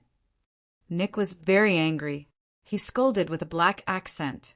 "D*****mn, old be** starred. I'm much older than you. I can be your father now. Damn shit. He almost ruined my favorite old suit, made by a tailor in 1942. Nick shook his pants that were stained with mud. He lifted his head and saw a gloomy and old house appear before him. He took out the map and saw a graffiti-like silhouette on the target location. The silhouette was strangely similar to the side of the house when it was dark. This old house was located in the most secluded part of the town. If not for Nick's panic, he would not have been able to find it after running for a long time through the muddy path between the trees and weeds. It was there, and it attracted all of Nick's attention as if it was magic. The old house was surrounded by dark gray fences and high walls. Nick turned to the entrance and saw that the gate to the courtyard was rusty and unlocked. He pushed the gate open, and the unoiled, rusted shaft made a loud, squeaking sound. Nick couldn't help but praise, "All right, this is really more useful than any D*****mn modern anti-theft measures." Although Nick had a way to sneak in without anyone noticing, the identity of the person who invited him made him abandon this useless thought and open the gate openly. The old house was quiet. Suddenly, there was the sound of someone moving with difficulty.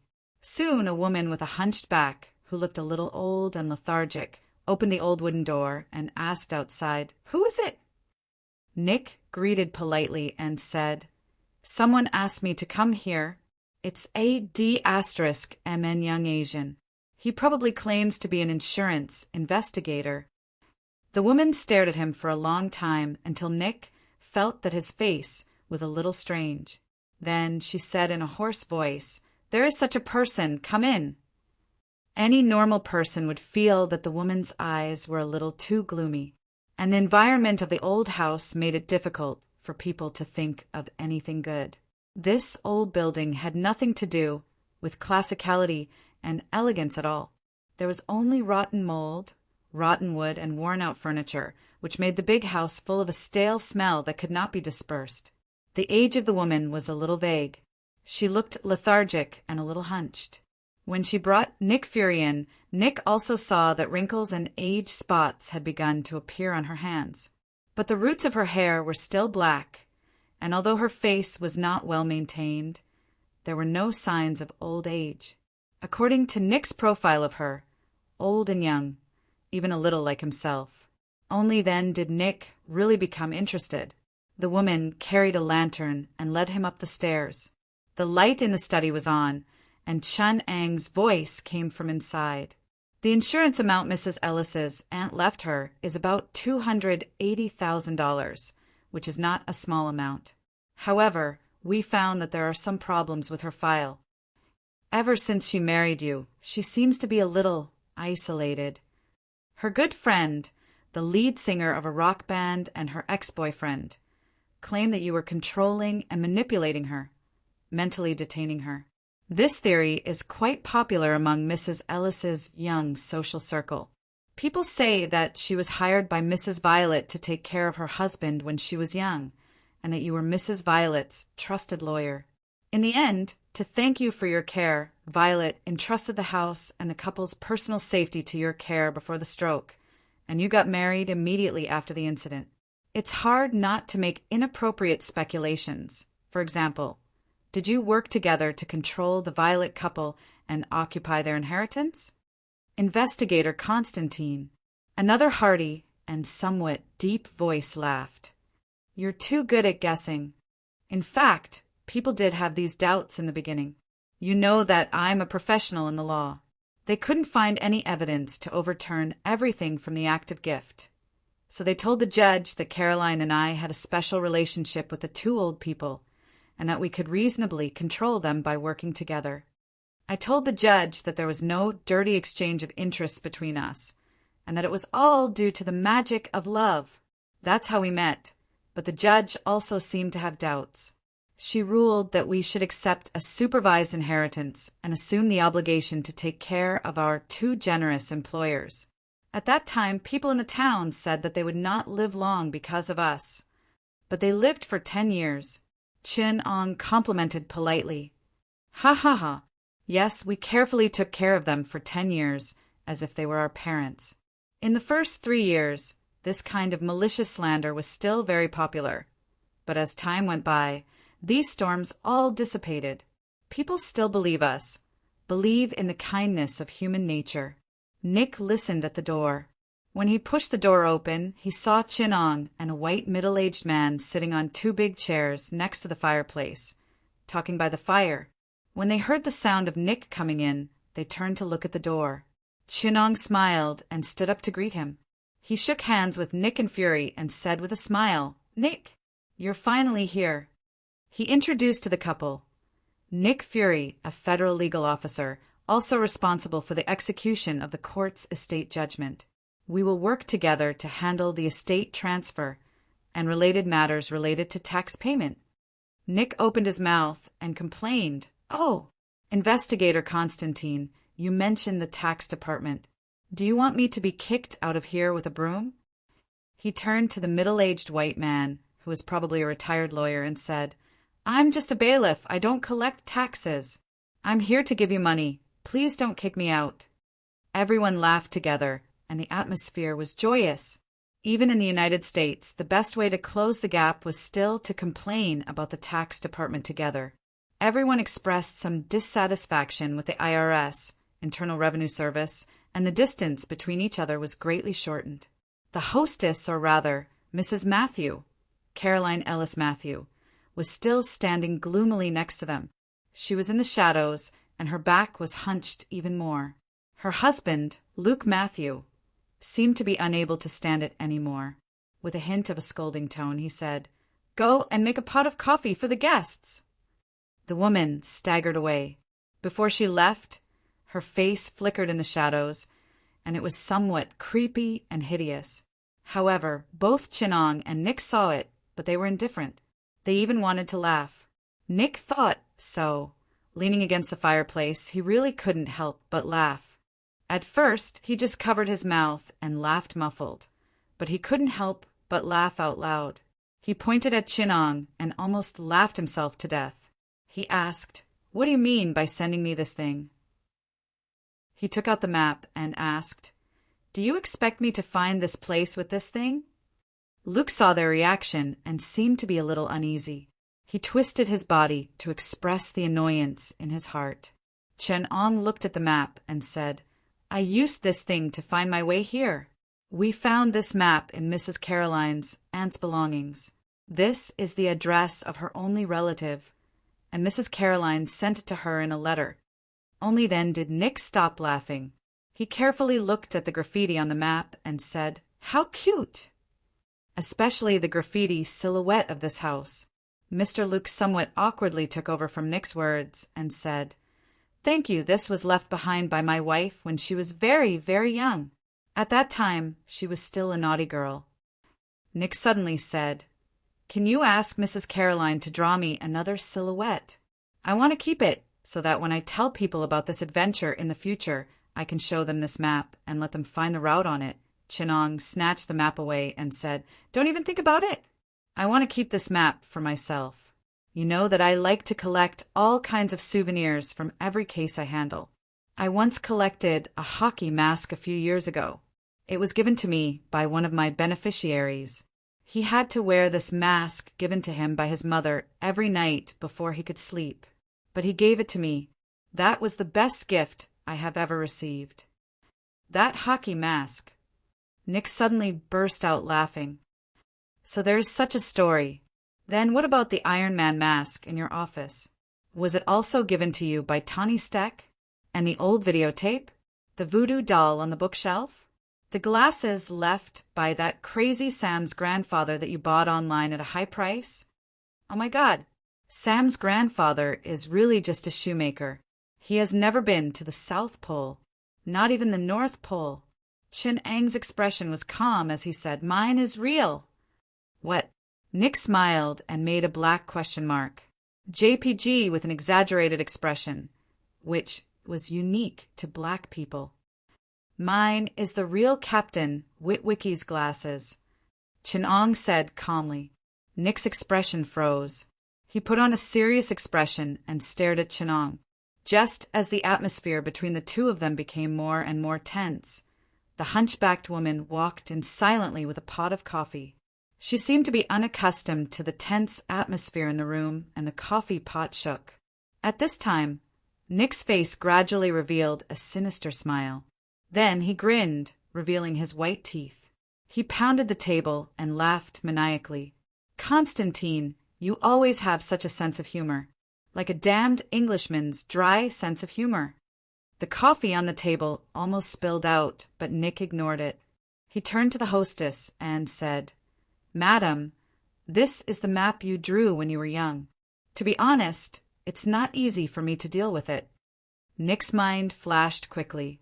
When the map sent by Chinong arrived at SHIELD, the agents were on high alert and there were many inspection items. "Can you draw another one for me? I want to keep it as a souvenir," Nick said calmly. The hostess was at a loss. She subconsciously tightened her grip on the lace of her apron. Her hands tugged on the apron anxiously. Mr. Luke reminded her indifferently, "Dear, is there anything wrong with drawing it?" Nick pretended to be surprised and said, "Did I offend you?" The hostess said with great difficulty, No. She picked up a pen and scribbled on the white paper beside her. However, she could not draw well. In the end, she made a mess. Chinong stopped her and said, "Enough! Stop drawing. I'll give you the map." Nick's eyes widened and asked, "Then what will you use as a souvenir, Investigator Constantine? Since you want it so much, why should I take it away from you?" Chinong said, "Anything is fine as a souvenir. I'm just accepting some worthless gifts from the beneficiaries. Whether or not those things have any other meaning, they're already very meaningful to me. My career has given them an extraordinary meaning." Only then did the male host Luke relax. He smiled and said, "As long as you want it, we can give you anything here as a gift." Chinong looked around and did not seem to see anything interesting. Chapter 1108. Chinang's choice surprised Luke. He carefully observed Chinong and Constantine for a while before saying, "Of course, Mr. Constantine, this master key can open all the doors in this house." Chinong did not seem to react. He still smiled and said, "My request is too abrupt." "But who would have designs on this house?" Luke smiled and said, "This house might have been worth a lot of money in the past, but it's really old now. More than 4 generations have lived here, and we don't have the money to maintain this big house, so it's already broken down.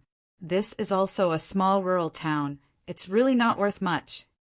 Nick interrupted, "But in such an old house, there must be a lot of antiques. That was a very valuable item. So this key can't be given to him." Luke smiled and said, "Both of you are trustworthy people, and the 200,000 will be of great help to us. We plan to leave here after we get the inheritance. We're old and need better medical care and retirement conditions. With that money, we plan to move to New Orleans. Besides, all the antiques have been collected by us and placed in a room in the attic. That room has the only door in this house that can't be opened with a master key." Chinong accepted the key without hesitation and said gratefully, "Thank you for your generosity. It's been a pleasure talking with you. You're a knowledgeable person. It's like you've seen the history of this town and the changes of the times with your own eyes. I'm really interested in history, and this house has a very long history. It's like a gallery of time. Some of the styles and characteristics of the old era are well preserved here. Shall we take a look around?" Luke welcomed them and said, "After dinner, you can look around as you please. It's too old. It's useless except for its history." They leaned against the fireplace and chatted for a while, then had dinner in the dining room. The dinner was chickpeas with mashed potatoes, a classic rustic dish. After dinner, Luke said apologetically, I'm used to taking a nap after dinner, you know. It's the habit of country people. Our nightlife here is very boring, and we usually go to bed early." Chunong and Nick looked at each other and nodded to show that they understood. There was a serious divide between American cities and rural towns. The international metropolis was full of music every night and had a developed nightlife, but the rural towns were simple and boring. The traditional Puritan lifestyle still dominated here, although the rural towns were now dominated by entertainment. The various parties and entertainment of young people were no worse than those in the cities. But this couple was very traditional. They were as traditional as the most conservative American Puritans. The slightly hunchbacked hostess brought Chinong and the others to the guest room for them to rest in. The room was on the second floor. When the door was opened, a faint moldy smell wafted out. The house was quite big. Although there was a moldy smell, it was still clean. Chin-ong touched the table, and there was no dust on it at all. That was strange. This was a big house with 30 rooms. And Chan-ong also came suddenly. He arrived one afternoon earlier than Nick, without any prior notice. People who lived in big houses knew that it was not practical to maintain the house for a long time. Even the kitchen that was not used would have dust. As long as it was not used, even the corners of the bedroom would have dust. This was the room of young people, let alone 2 middle-aged widows. How could they have the energy to clean up more than 30 rooms? This place should be covered with white cloth to seal up most of the unused rooms. Chun-ong put down his luggage and went to find Nick. Nick lived next door. The moment he stepped in, he found that it was also very clean. There was a moldy smell, but there was no dust, not even in the corners. Nick did not talk about Chinong suddenly calling him here. Instead, as if chatting, he naturally pulled out some information about the owner of this house from Chinong. They were clever with their words and exchanged a lot of information naturally. At the same time, they did not reveal anything about their own identity. It was enough to prevent the eavesdroppers from learning anything. There are many religious symbols and statues here. There are the Virgin Mary, the Son of God, and some biblical figures. Nick joked, "You should be very interested. What I'm more curious about is..." Chun-ong pointed at the top of the bed in Nick's room. There was something hanging from the ceiling. It was a doll about the size of a human palm with its eyes sewn on with a button. The doll's facial features, its nose and mouth, were all drawn on with a crude brush that looked like graffiti. Lying on the bed, opening your eyes and looking into this thing's eyes, what kind of feeling do you have? Not only was Nick not afraid, he was also curious after hearing what Chinong said. He lay back, and a black bald head fell on the headboard. Its eyes were looking at the position where the doll was. "It is quite cute. If I have a daughter, I will play with her with the doll. You know, I will be the kind of father who can put down his pride and is very approachable."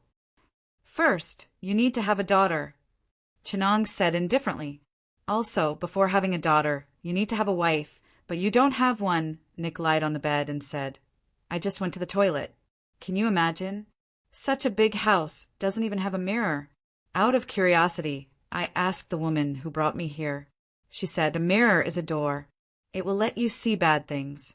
If you want to live quietly in a place like this, it is best not to see a mirror." So she secretly rummaged through your luggage? Chinong said calmly. "Her movements are very light, but I can still find out. It is not easy to hide from people like us," Nick said. "It sounds like she also rummaged through your luggage. But the secrets of people like us will not be found out so easily. Is she looking for a mirror? It is possible for superstitious old people to do anything." Chin-ong did not seem surprised.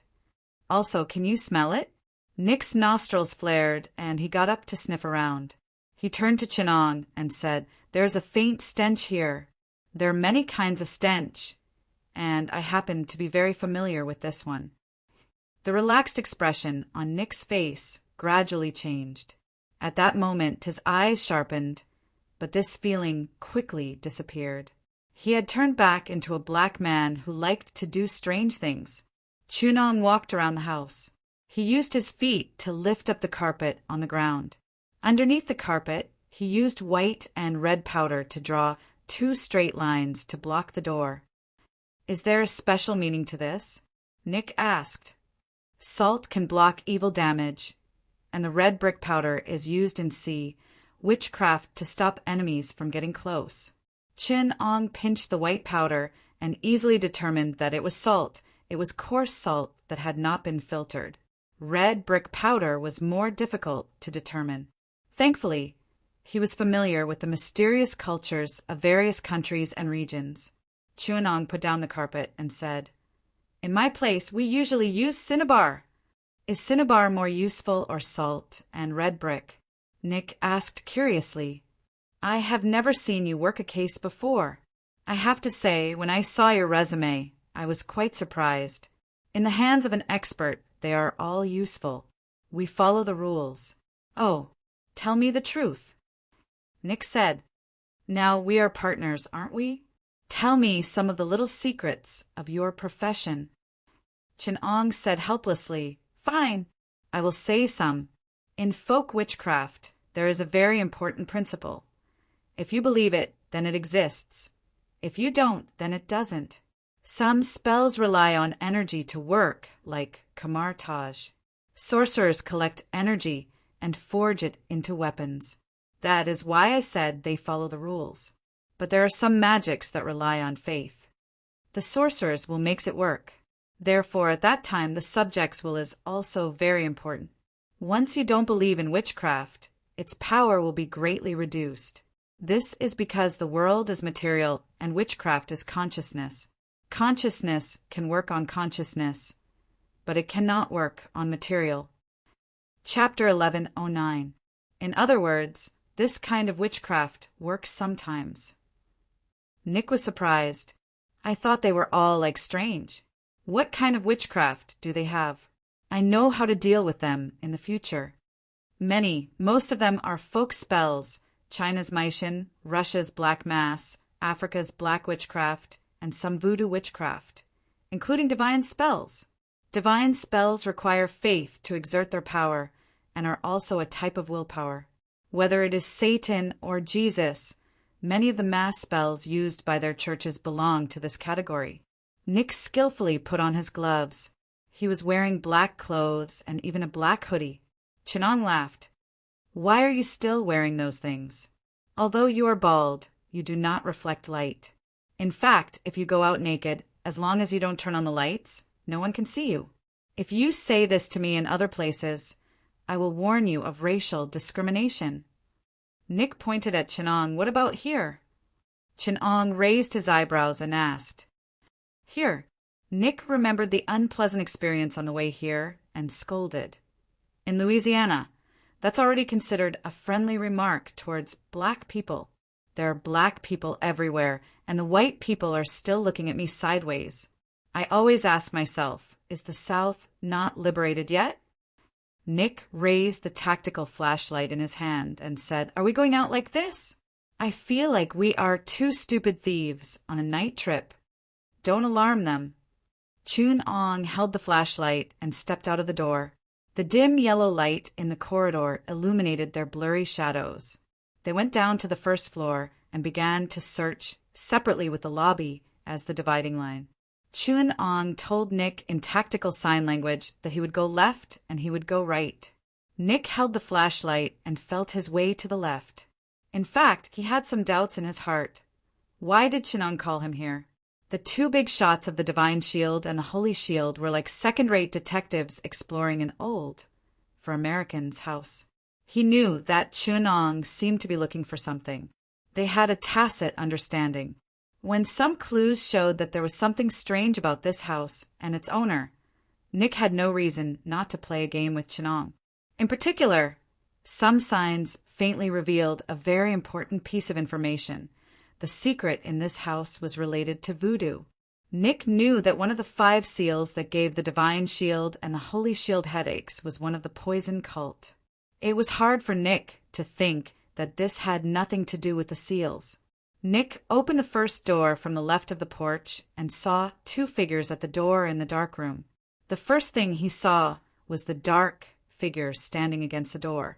Nick almost used his joints to of twisting and breaking its head. But soon Nick realized that it was just two puppets made of straw. At a glance, they had eyebrows and eyes, but at a closer look, they were even more terrifying.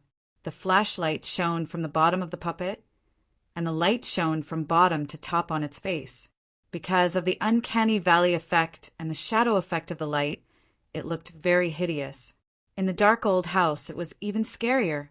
But Nick was like seeing a familiar friend. He put his arm around the puppet's neck, if it could still be counted as a neck. Nick smelled a strange smell on the dummy. He sniffed it a few times, then pulled out a dagger and tore open the pillow cover, revealing the figure made of straw. He stabbed the dummy with the dagger and found that the straw was wrapped in lime, like the dried internal organs of an animal. There was also sulfur. That was the smell of sulfur he had just smelled. Nick quickly and carefully searched the room. There was nothing inside, but he found a few smaller dolls. He came to the next room. This time he was prepared, but when he opened the door, he was shocked by the dummy hanging at the door. There was a rope around the dummy's neck, and it was hanging at the door through the ceiling light. This time, the dummy was much more detailed. It was a plastic model. Its hands were twisted behind its back, and its neck was slanted. Nick had a strange feeling that this dummy was different from the one in the previous room. Although the dummy in the previous room looked like a dead object, this one, although much more detailed, gave Nick a feeling that it was alive. When he opened the door, Nick swore on his identity as the king of secret agents that he would never confuse a dummy and a corpse. The people he had killed and the corpses he had seen were way more than the dummies the average person had seen. But this time he got it mixed up. He almost thought it was a hanging corpse. That was why he was shocked. Nick studied the dummy carefully. He noticed that there was a unique life force in the dummy. In other words, it was artistic. At a glance, there was no difference, but Nick was sure that if he showed it to the artists, they would be able to see the life force in the dummy. In other words, a normal dummy was just a prop, but this one here was like a work of art. Works of art usually gave people a vague feeling, showing something inner and alive. Nick noticed this. He saw the dummy struggling in the air. It was afraid, releasing the tension in its heart. It appeared at the door as if it was guarding against something. Then the thing opened the door and came in. It was suspended in the air, struggling, resisting the thing. Then it was devoured and eroded. At this point, Nick suddenly felt that the feeling of touching the dummy had changed. It was no longer the stiff and inelastic plastic. Instead, it was cold and slippery, like human skin without any warmth. A thick stench came from his mouth and nose. Nick felt the dummy that he was holding on to start pressing against him. Its hands were grabbing onto him, but he still had the time to observe the room. This was a room that someone had lived in. There were traces of human activity here not long ago. Countless small details showed that. Nick believed in his observation. At this time, the cold and slippery body had slid into his chest. It was like a soaked corpse that was pulled out and then pressed against him. Nick had felt the touch of all kinds of corpses. Male, female, old, young, burned to death, drowned, committed suicide, murdered, rotten, fresh. At that moment, his heart did not waver. In fact, he had the urge to hug it and sleep. However, his rationality stopped him from doing something so insane. So, Nick had no choice but to insert his large hands into the mannequin's hair. He felt around the neck where the collarbone was. Then, with a slight twist of his hands, the mannequin's head was pulled off. He held the mannequin's head in his hands like he was holding a basketball and made a shooting pose. The black man's big hands could hold a basketball firmly in his hands. Compared to that, a small woman's head was nothing. He threw the doll's head, which bounced off the wall and was caught by Nick's hand.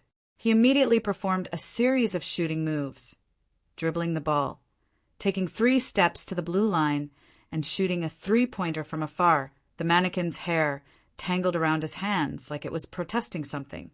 Chin Ang's voice came from behind him. The way he looked at Nick was strange, like he was looking at a pervert. "How long do you plan to play this game?" "You finished your inspection?" Nick was surprised. I'm not as slow or as interested as you are. Chen Ong said, there are mannequins in every room, and they are made of various materials. However, there are traces of someone living in one of the rooms, and the mannequin in that room is quite strange. Nick hung the mannequin's head on his waist and asked, It's the same here. What's so strange about it? It's a leather mannequin. Based on my experience, it looks like it's made of human skin. Chenong said casually. Nick pointed at the mannequin's head on his waist and said, This one here seems to be able to move. Also, Nick hesitated before saying, It seems like something is looking for something in this room, and the mannequin is like a guard guarding these rooms. Once those things enter, they will grab the mannequin, and the target they are looking for will be able to escape. What do you think those things are looking for? Chenong smiled and said, Of course it's the people who live in the room, or something that is not a person. 2 rooms that have been occupied before. Nick tossed the mannequin's head up and down. The headless mannequin wriggled and crawled on the ground. This scene could give someone a heart attack, but the 2 people in the room did not seem to care. Chapter 11:10. Before walking out of the room, Chen Ong glanced at the doll's head hanging on Nick's waist and had to remind him, Throw that thing away! Why? Nick was puzzled. Didn't you call me here to let me see these things with my own eyes? I still want to bring it back to the police station. Put this head back on the poor man. Chenong sighed. We're here to investigate, not to demolish the house. If you do this, it'll be hard for me to explain to the 2 owners. Nick smiled. But they're not the owners, right?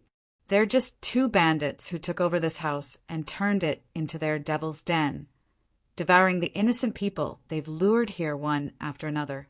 Chen Ong snatched a head from Nick's hand and put it back on the plastic doll. He walked out of the room with a flashlight. The corridor was dark, and Chen Ong shone the flashlight around. They checked the rooms on the first floor one by one and found another room with traces of someone living in it. There was also a doll that was being tortured inside. It had been broken into pieces, and the various parts of its body were hidden in the corner of the room. It was a Barbie doll. It was only about 40 centimeters tall, and it had already been torn to pieces. Nick took out its head from under the bed. In Nick's hand, the big moving eyes blinked. Suddenly, there was a little girl's laughter in the quiet room. It was the kind of voice that a 6 or 7-year-old child's voice had yet to change. The sound came from the corridor. After hearing it, Chin Ong quickly opened the door. They saw a petite figure in a white dress flash past the corridor. She was wearing a golden age, ladylike outfit. She quickly ran down the corridor and disappeared around the corner. Nick asked very calmly, What do you think that thing is? Relax, Nick, Chin Ong said calmly. Maybe she's just playing hide-and-seek with us. There was nothing unusual in the next few rooms. When they reached the room at the end of the corridor, they circled back. This room was close to the stairs. When Nick and Chin Ong came in, they realized that this was a room that the couple often used, so they had tacitly left it for last. Inside, there were some very ordinary things. If there was anything different, it would be that there was a little more life in it. There were many old photos on the cabinet next to the door, and some small ornaments, bronze peacocks, old alarm clocks, oil paintings hanging on the wall. Chin Ong picked up the photo frame that contained the old photos. The black and white photos were quite old. They had already turned yellow, and the paper was starting to become brittle. In the photo were 2 young children dressed in the clothes of the last century, which some people call the Golden Age. Nick immediately noticed the white dress the girl was wearing in the photo. He opened his mouth. Ah, isn't this the child who was playing with us earlier? Chin Ong opened the drawer at the bottom of the cabinet. There were many old things inside, but Chin Ong noticed a black leather book at first glance. He took out the small black leather book and sat down on the chair next to him to flip through it.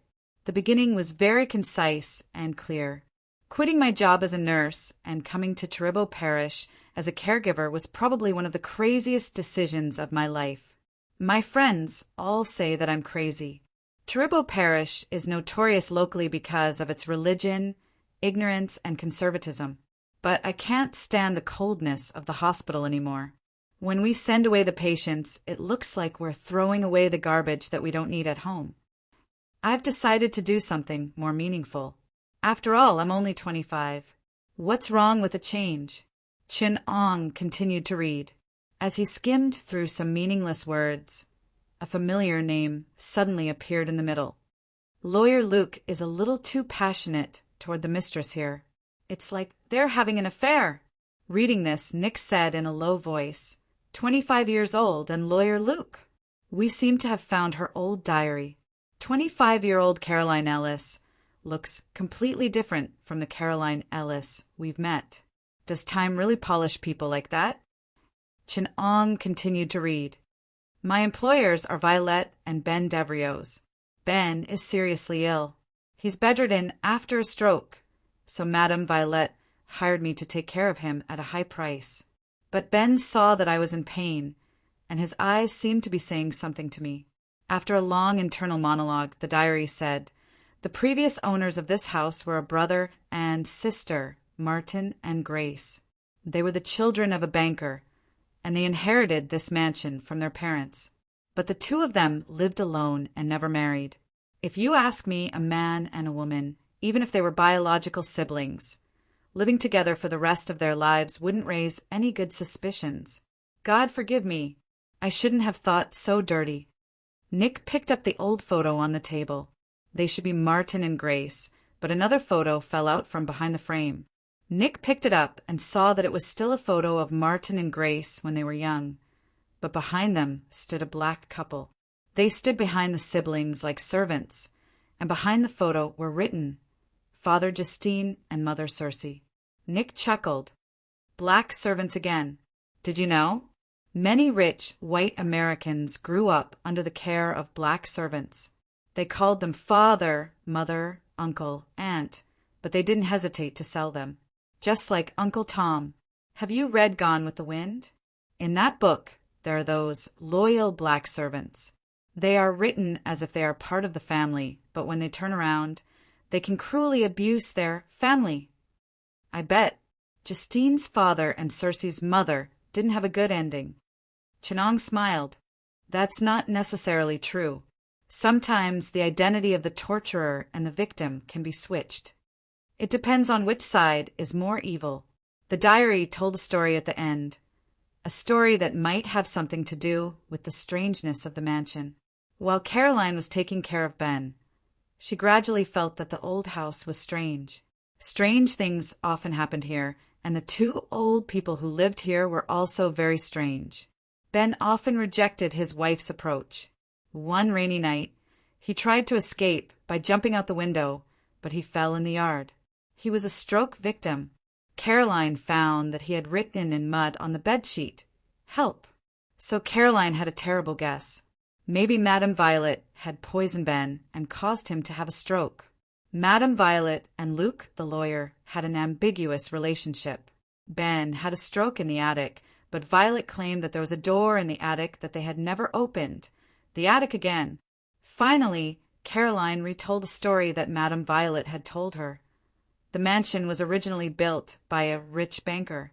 He had two daughters, Martin and Grace, and they were taken care of by a black couple. Needless to say, they were Justine's father and Circe's mother. Their children trusted Justine's father and Circe's mother very much. But one day, after the adults went out to a banquet, they came back without seeing the two children. So they began to look around and finally found the two children and their black servant in the attic who were performing a witchcraft ritual. Although the two children claimed that they wanted to learn witchcraft, the adults did not give the two black servants a chance to speak. They angrily dragged the two black servants downstairs, and a group of white elites hung them on a tree and burned them to death. But later, perhaps because of retribution, the banker suddenly killed his wife and committed suicide, leaving his property to the two children. This might be the origin of all the strange phenomena. Nick sneered. Looks like you lost. I knew that 3K gang couldn't do anything good. That's not necessarily true. Chin Ong said, "The Madame Violet in this diary is full of suspicion. How credible is the story she told?"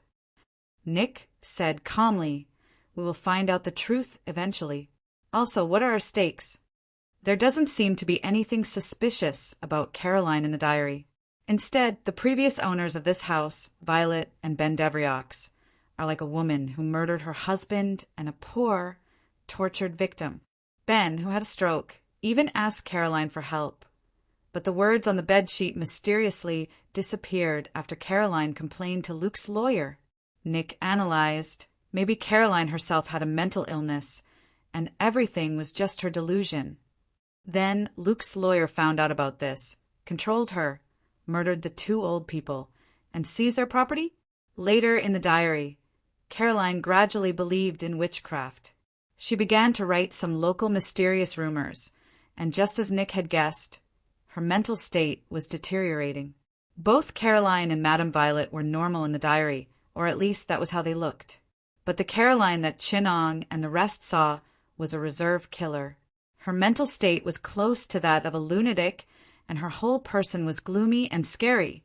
In the end, Caroline's mental state was very bad. She did not dare to write more clearly in the diary, but vaguely mentioned some strange concepts. She used a pen to copy many materials and rituals. Among them were sulfur, lime, blood, hair, and seemed to be preparing a strange witchcraft ritual. She also mentioned a local legend about witchcraft. There was a kind of witchcraft that could grant immortality.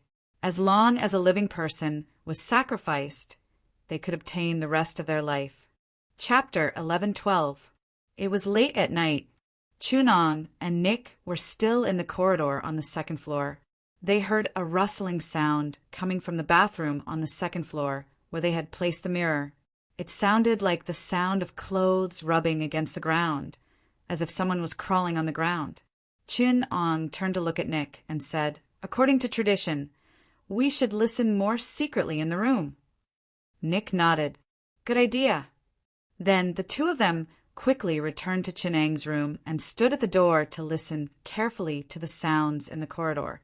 The couple's bedroom was just a corner away from Chen Ang's guest room, and the bathroom was between them. Water dripped on the bathroom floor, making an almost undetectable sound. But the people here had very sharp ears, so they could hear it clearly.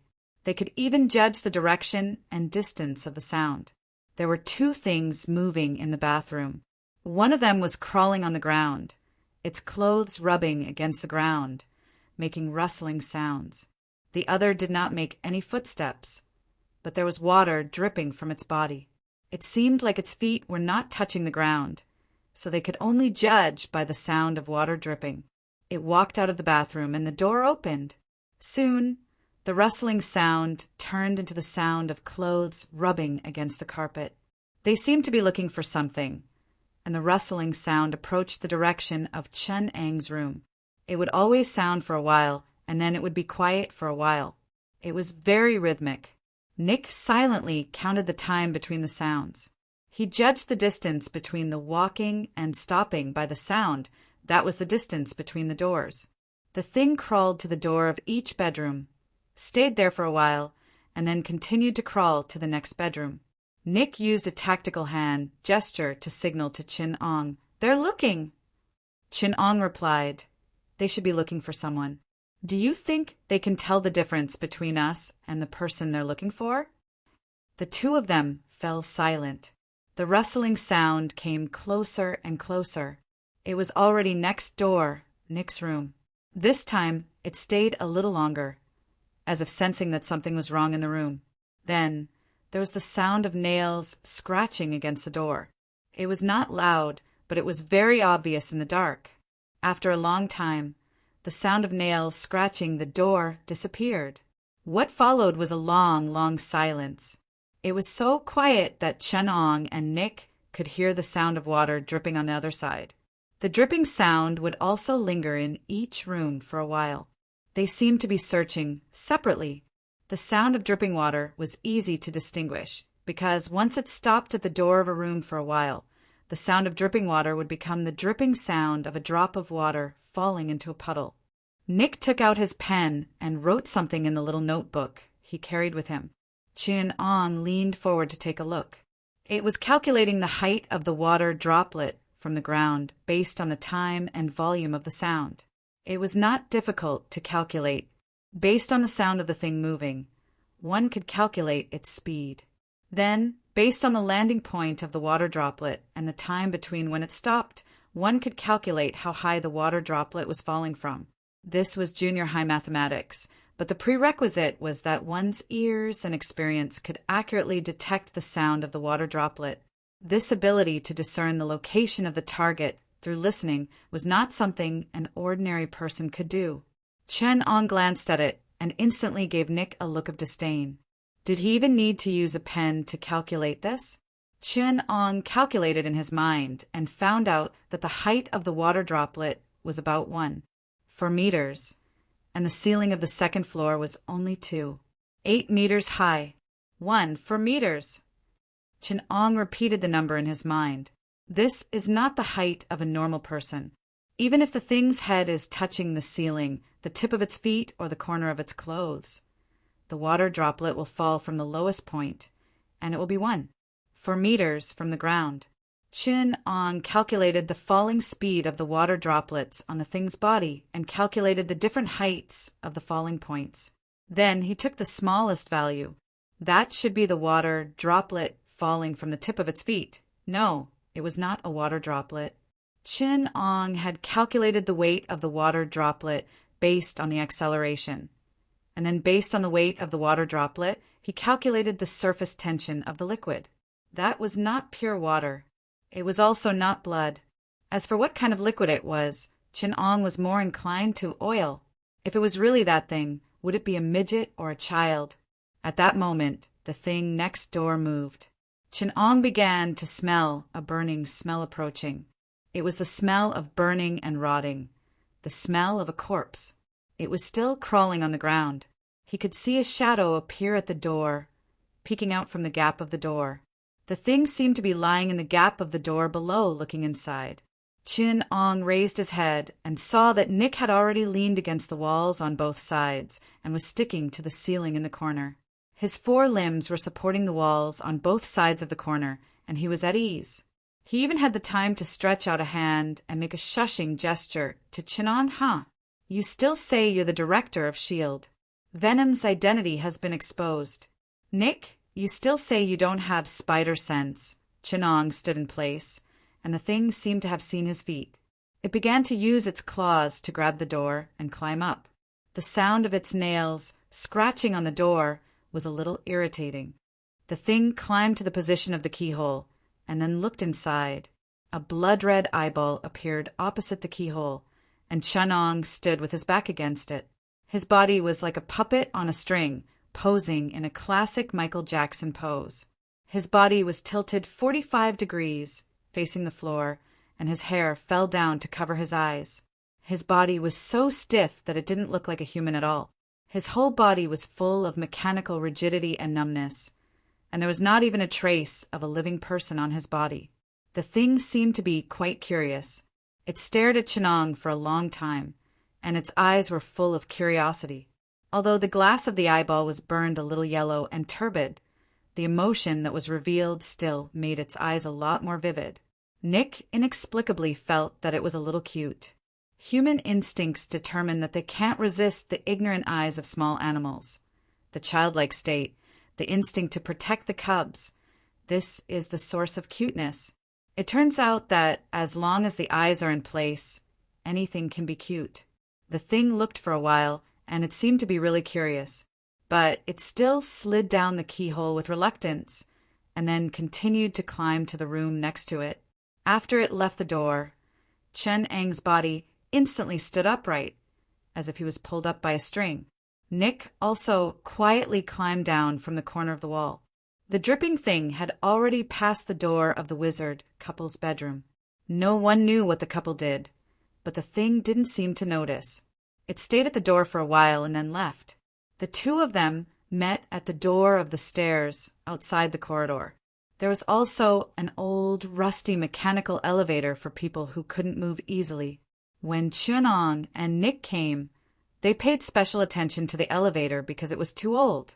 Luke's lawyer also told them that it was installed for the convenience of the paralyzed Ben. After Ben passed away, they didn't remove it, but no one had used it for 10 years. Now it seemed that Luke wasn't being honest. It was used every night. Just as the two things were about to start the elevator, they suddenly heard some whispers. The voices were very soft, almost like a few wisps of air. Then the two things stopped for a while and started to move towards Chin-Ang's room. Nick subconsciously raised his head and saw that Chunong was already supporting himself on the ceiling in the corner. His body was curled into a ball, like the shadow in the corner of the wall. This time, the two little things moved faster, and soon they would reach their door. Nick gave Chin-Ong the middle finger. He had no choice but to unbutton his shirt and put on his coat to stand where Chin-Ong was. Leaning forward, he lowered his body bit by bit with difficulty. He relied on his ankles, and his calf muscles were tight. He couldn't do it as freely as Chin-Ong. Without the help of the mechanism, he could only do it with his muscles. Even Nick was in a difficult position. Fortunately, he gritted his teeth and forced himself to do it. The dripping sound stopped at the door, and so did the dripping sound. Then there was a very soft knock on the door. The knocking sounded at the same time, as if someone was knocking with both hands at the same time. Who would be that bored? The thought just flashed across Nick's mind when another image popped into his mind. A body, hanging from the ceiling, approached the door. His toes shook, and he knocked on the door, making 2 soft knocks. Someone looked down through the crack in the door above, but he saw nothing. It only saw a black shadow in front of the bed. The thing was confused, and the whispering started again. The two things seemed to be arguing. Their voices were a little louder, but it still sounded like they were hissing from their throats. The thing on the ground seemed to be in disbelief, and the sound of its nails scratching the door came again. It moved closer to the keyhole, wanting to see the strange doll again, but there was only a black shadow. A cute scream of disbelief came from the other side of the door. Chun-Ong quietly moved to the ceiling next to the window. He used a small mirror to reflect a small part of the moonlight onto Nick. Instantly, the black shadow dissolved. Nick, who was standing at an anti-gravity angle at a 45-degree angle, was exposed to the moonlight. A small scream came from the other side of the door. The two things looked at Nick's huge, dark body through the gap of the door and the keyhole, which was comically facing the floor at a 45-degree angle. The two little things were whispering to each other again. They seemed to be discussing something excitedly. If Chun-Ang's performance was as precise and stable as a puppet's, then Nick's performance was quite funny, like a clumsy clown. Fortunately, the two things were really easy to fool. They didn't care about the replacement. They watched for a while and left. After a while, the creaking sound of the elevator was heard. In the room of the two wizards, Madame Caroline suddenly said, "They're a little early today." The doll in the attic didn't respond. "Maybe the doll is broken again."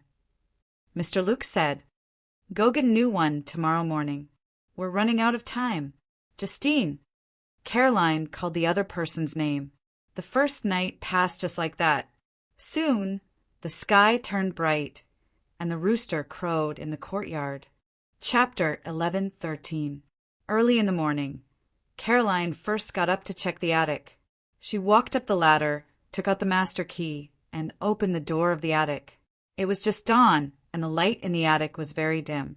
There were many things piled up on both sides. Most of them were all kinds of puppets. There were hideous statues, human figures covered in white cloth, scarecrows made of grass, and sewn puppets.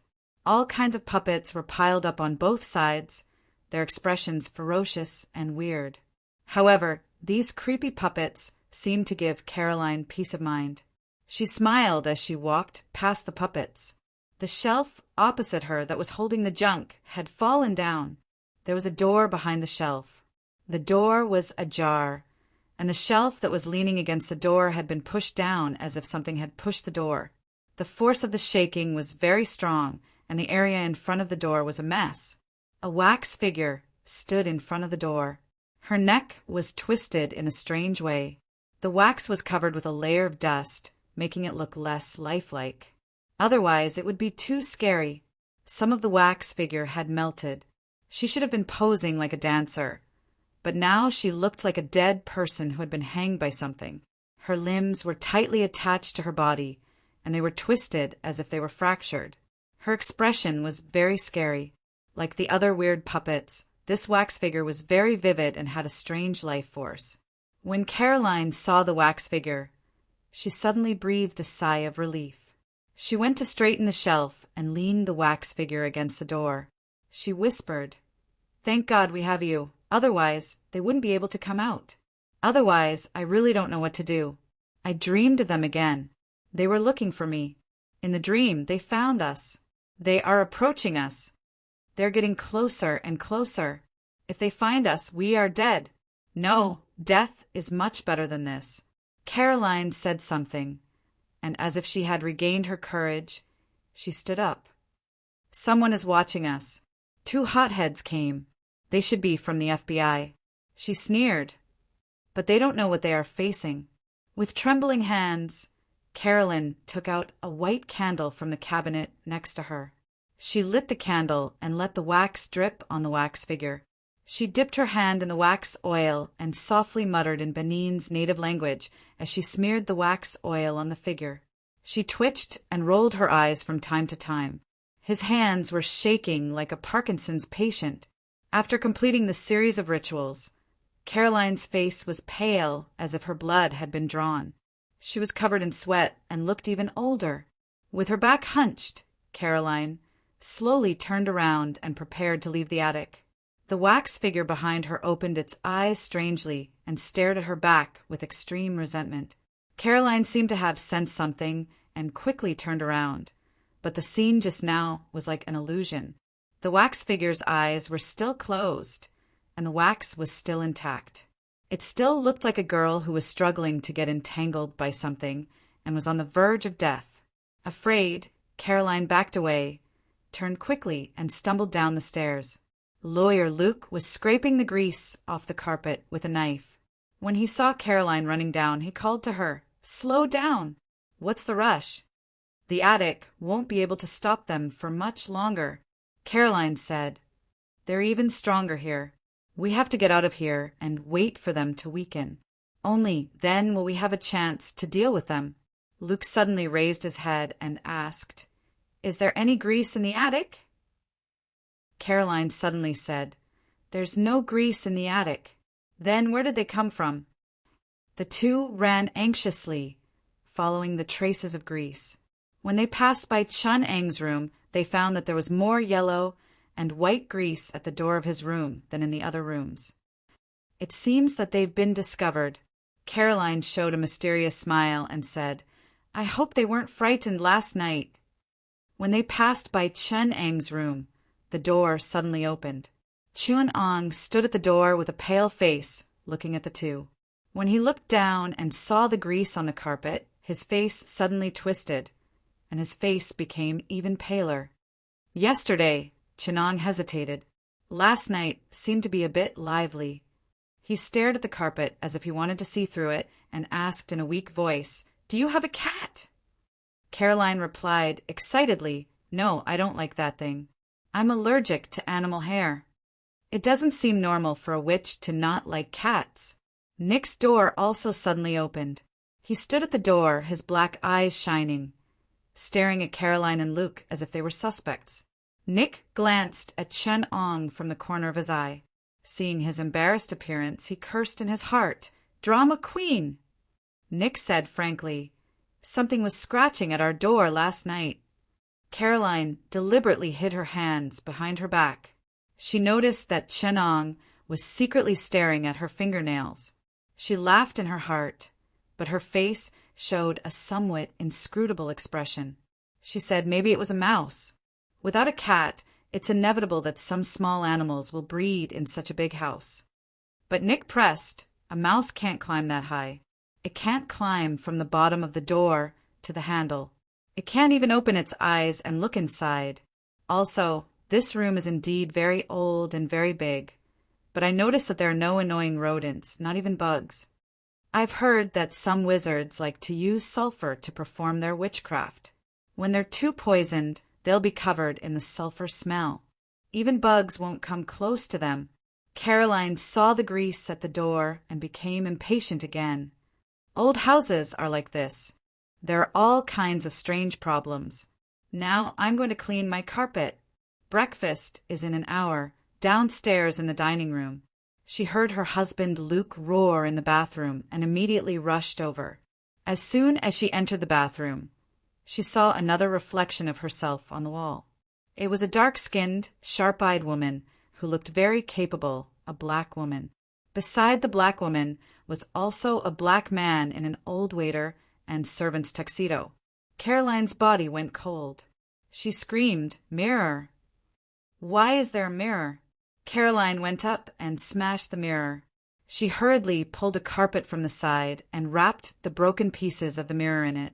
She rolled it into a ball and gave it to her husband. Then she quickly walked to Chenang's room and asked them, "Mirror, did you bring the mirror in the bathroom?" Chenang looked up in surprise. "What mirror?" Caroline stared at him as if she wanted to gouge out his flesh. "Don't let me find out who did this.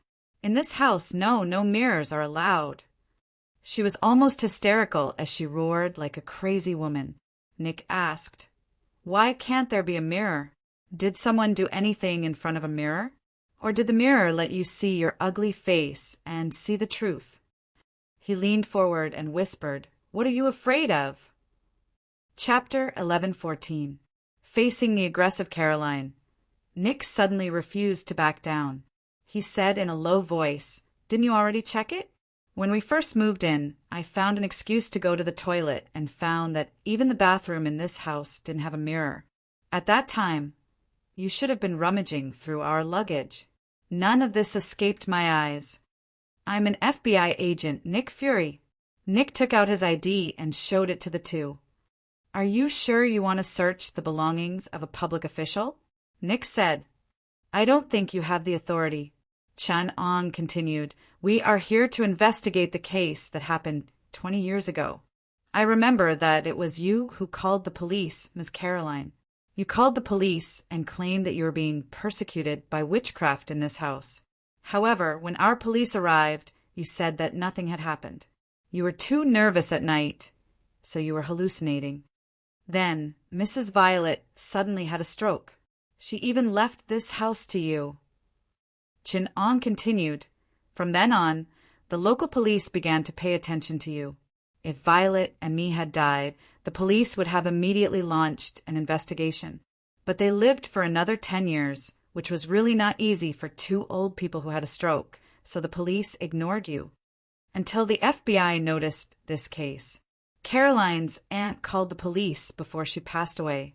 She was already delirious at that time, and the doctors and her family suspected that there was something wrong with her, so they didn't pay attention to it. She said that Caroline's soul told her in a dream that someone had killed her and taken away her body. We later found out that in the letter that Caroline's aunt had sent 20 years ago, Caroline had written down some of her doubts at that time. She suspected that her employer had poisoned the patient she was taking care of. She even sent a bottle of medicine and asked her aunt to help her examine it. However, her aunt neglected this matter and still kept the bottle of potion. We later examined the potion and found that it was not an anticoagulant or stroke medicine, but a local herbal preparation. It contained hallucinogenic plants and some neurotoxins. Because the ingredients were very complicated, we did not know what they were used for. But I found a familiar ingredient, tetrodotoxin, in Haiti's primitive religion. This toxin was used to create a terrible witchcraft product. Witches would secretly feed a powder containing tetrodotoxin to living people and turn them into resurrected corpses to enslave them. An appropriate amount of tetrodotoxin can indeed cause a stroke. The primitive religion in Haiti later spread to the United States. In Louisiana, it was reorganized by the legendary witch Lavelle and established the Voodoo sect. Nick nodded and said, "Therefore, we reasonably suspect that this case from 20 years ago is related to cults and witchcraft." "So, you think that we killed Violet and me and used the voodoo cult's medicine to cause them to have a stroke? Then we joined hands and occupied their property?" Luke said, "That inheritance was also an excuse for your investigation. A lie, right?" "No, the inheritance is real." Chenong said, "But its owner clearly wants us to investigate whether the woman using her niece's name is her." Lawyer Nick said, "What does that mean?" Chenong replied, "It means that we suspect that Mrs. Caroline might just be someone using Caroline's identity. Our reasonable speculation is that someone might have occupied her body, used her identity, enjoyed her youth, and survived. It's as if we suspect that Lawyer Luke is not Lawyer Luke. We've interviewed a lot of people who knew you and found out that after that incident, you've been living in seclusion and cut ties with a lot of people who knew you.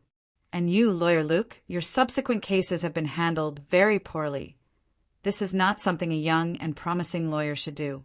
Ms. Caroline, your friend who is familiar with local witchcraft, has long suspected this." "Enough!" Caroline yelled. Her hair was disheveled, and she looked a little crazy. She shouted, "I've had enough of your nonsense." Lawyer Luke hugged his wife and asked coldly, "I can't believe that the FBI believes in witchcraft." "No." Chenong smiled. "We don't believe in witchcraft. We just suspect that your body has been swapped. This kind of thing can be scientifically proven." Nick flashed a set of white teeth. "After all, aliens have appeared in New York, and the Norse gods have come to Earth. These kinds of absurd things have already happened. It doesn't seem that impossible to take over a person's body, right? There are many technologies that can do this. Besides, what if you guys are aliens hiding on Earth?" The two fake FBI agents did not hide their suspicions at all. The two wizards were caught red-handed. They had mixed feelings about this. In the past, the witchcraft wizards of the voodoo cult could always rely on their anti-science and anti-common-sense skills to escape the net of the law. But now, common sense itself had been subverted. The law enforcers did not believe in witchcraft, but they were convinced that aliens and extraterrestrial technology existed in this world. Then, the two wizards were in trouble. I don't want to listen to your nonsense anymore." Caroline trembled. "Now get out of here." "This is your legal right, Ms. Caroline." Nick smiled. "But according to the latest Alien Threat Safety Protection Act, if there's a reasonable suspicion of an extraterrestrial threat, we have the right to take Level 2 surveillance measures and apply to the judge for further investigation. You can kick us out, but next time we will visit you with a search warrant from the judge." Lawyer Luke's face darkened. "Don't stop them, Caroline. We didn't do anything. God is watching us. Let them investigate. They don't need a search warrant. God will prove that we are innocent. That will save us some trouble." He glared at the two of them, then turned around and returned to his room with his wife. As soon as the two of them returned to the room, Lawyer Luke made a shushing gesture and then whispered in a Haitian dialect, "There's a problem this time. They found out part of the truth, but they don't believe in witchcraft, and they're pestering us." Caroline said fiercely, "After that incident, our witchcraft has changed. Now, even if they don't believe in witchcraft, we can still curse them." "No, Circe," Lawyer Luke said, "if they don't believe in witchcraft, it's not a problem to complete some insignificant witchcraft and curses. But if they want to complete the blessing of Lavelle, we can't do it." "Queen Lavelle bless us," Caroline said. "We must hurry up. They don't believe in witchcraft, so we have to prove it to them." "You mean," Lawyer Luke said, "our abilities are not strong enough. If we want to make them fear us, we have to borrow their power. However, we can't control them. They have been looking for us, wanting to take revenge on us. With the power left behind by Queen Lavelle, we can only protect ourselves. If we let them out, the situation will be out of control. We can only race against time," Caroline said. Let them out and let those two hotheads feel fear and take the initiative to complete the blessing of Lavelle. Before they find us, we have to run far away. If we don't complete the blessing of Lavelle, no matter where we run, we won't be able to escape their pursuit. Luke felt fear. He trembled and said, "If we let them out, we'll be in danger. And who can guarantee that those two hotheads won't be killed by them?" "That's even better," Caroline said. "Without them in the way, we can trick a few ordinary people into coming in at any time." Luke was silent for a long time before he raised his head and said, "What are you going to do?" Caroline took out a cigarette and lit it up. Sitting on a chair, she took a deep puff and slowly exhaled a ring of smoke. "Take out the mirrors in the attic. Tonight, let them stay on the second floor. Put the mirrors in their rooms, as well as the rooms around them. With them around, those things shouldn't have time to find us." Chin Ong stood at the door of their room with a mysterious smile. There was a button-sized tool on the door. This small thing that looked like a suction cup sensed the sounds inside, then amplified them, converted them into electromagnetic signals, and sent them to the earphones in Chin Ong and Nick's ears. Nick turned on the automatic translation software, and Chin Ong could understand the Haitian dialect directly. The two of them looked at each other, removed the suction cup, and left the room. "Something interesting might happen tonight," Nick said. "That's what you want me to see, right? Install a few mirrors downstairs." Chin Ong turned to look at Nick. "I think you should have a way to prevent them from finding out. All the secrets will be solved tonight." From that moment onwards, the things that happened in this house took a more interesting direction. Each of the people here was more capable of courting death than the other. This caused the originally controllable situation to develop in a direction that no one knew what the consequences would be. Chun Ong used the silver mirror reaction in the house to manufacture a small number of mirrors. Nick was responsible for hiding it in a place that no one could find. On the other side, Caroline and her husband came to the attic and opened the door. Both sides moved at the same time. Sometimes Nick and Caroline would walk past each other with a mirror in their arms, separated by a corridor. Behind the door of the attic were dozens of mirrors of various sizes. There were also various witchcraft materials, but those materials had mutated. Flesh grew out of the masks made of gorilla skulls. Dolls with eyes and mouths sewn on them revealed a creepy smile. Human faces appeared on the leaves and flowers of the plants that grew out of the flower pots on the windowsill. The faces were even screaming. The walls and the floor were covered in charred marks as if they had been set on fire. Under the charred walls were blood vessels and muscle tissues that squirmed as if they were alive. Chapter 11:15. Dinner was at 9 o'clock in the evening. Because of the falling out with the Carolines, Nick had to personally go to the kitchen to make 1 or 2 sandwiches. He and Chin Ong sat at the small dining table in the room and had a simple dinner. The small dining table was not big. The two of them sat at both ends, and a mirror was placed in the middle, which took up all the space. Nick took a deep bite of the sandwich and swallowed it with a pickled cucumber. "I won't ask you why you have to place a mirror when we are eating." Nick bit the sandwich and said vaguely, "When are we going to watch the show?" "Ah." Chin Ong raised his head, looking a little confused. Nick was speechless. "You were the one who asked me to install the mirror. Don't tell me you forgot. I hid the mirror in all kinds of places they would never think of. It will be late at night soon. If there is really something in the mirror, then there will be a lot of fun downstairs." After Chin Ong finished eating, he wiped his hands on the napkin next to the table and said, "Don't rush. In order to better understand what is in the mirror, why don't we play a few games first?" Nick said, "What games?" "It is not popular here in America, but in Asia our occult culture is very popular to communicate with the dead. It is not like the communication of spirit mediums here. Here in America, we trust professionals more. In Asia, we usually invite a few friends to explore the secrets of ghosts and gods. In this aspect, we are very adventurous, which is commonly known as courting death. This time we will play a game that is especially popular in East Asian culture. Chun Ong took out a piece of paper and a pen and placed it on the table. Pen spirit, pen spirit. Nick repeated the English translation of pen spirit. He had no idea what was so scary about elves.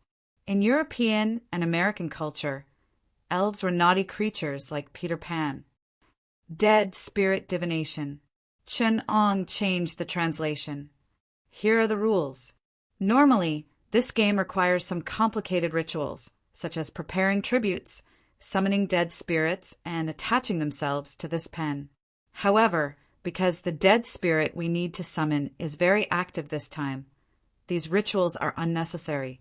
Now, we will write 2 words on a piece of paper, yes and no. After the divination is done, we will hold the pen together and ask the question. Where the pen tip moves to will be the answer given by the dead spirit. Chun Ong wrote 2 words on the paper, then held the pen with one hand and placed the tip of the pen in the middle of the paper. All right, Chun Ong took a piece of black cloth and covered his hand. I've made some changes to the game. During the game, our hand holding the pen will be covered by a piece of black cloth. What a weird East Asian divination game.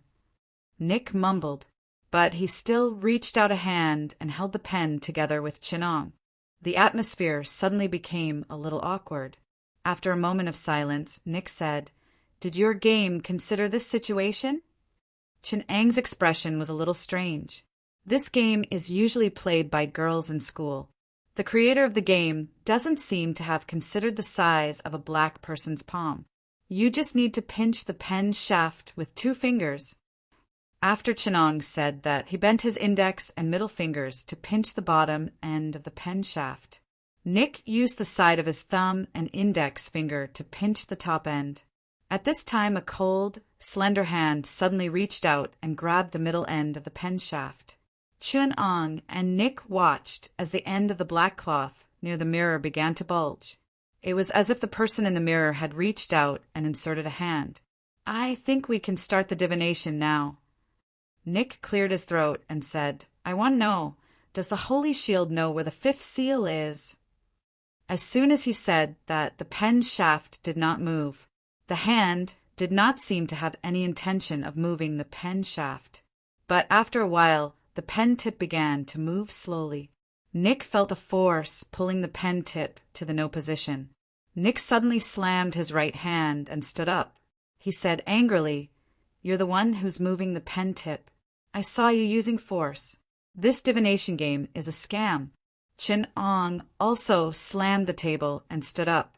He said loudly, "Because you need to ask a question it knows, idiot." Nick's anger did not subside. What I need is an answer to a question I don't know. If it can't even answer this, then what kind of divination is it? What use do I have for it?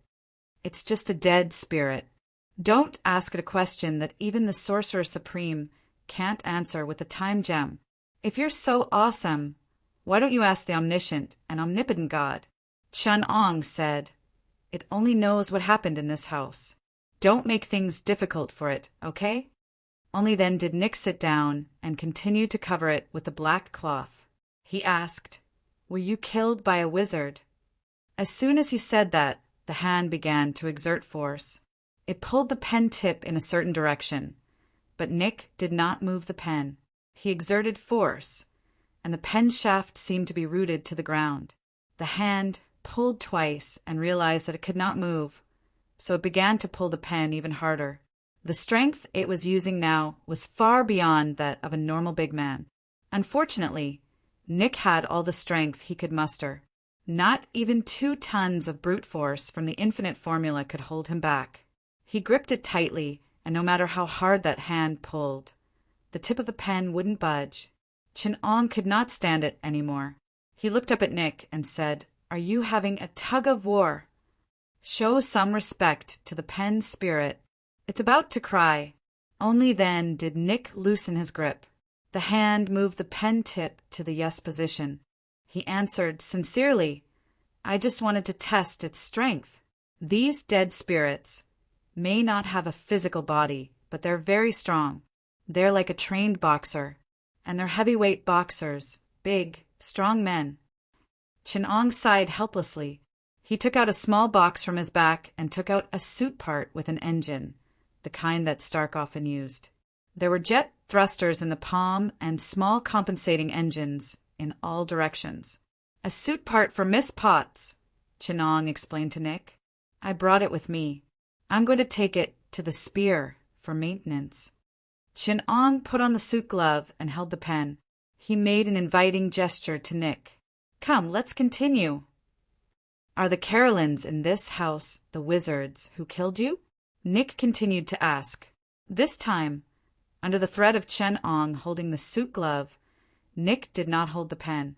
Instead, he started to use the electric shock bracelet made by SHIELD to use a high-voltage discharge to shock the hand. The buzzing sound of the electric current on the pen made by the three hands was heard, and the dazzling electric current radiated from the pen tip. It was a Tesla reaction.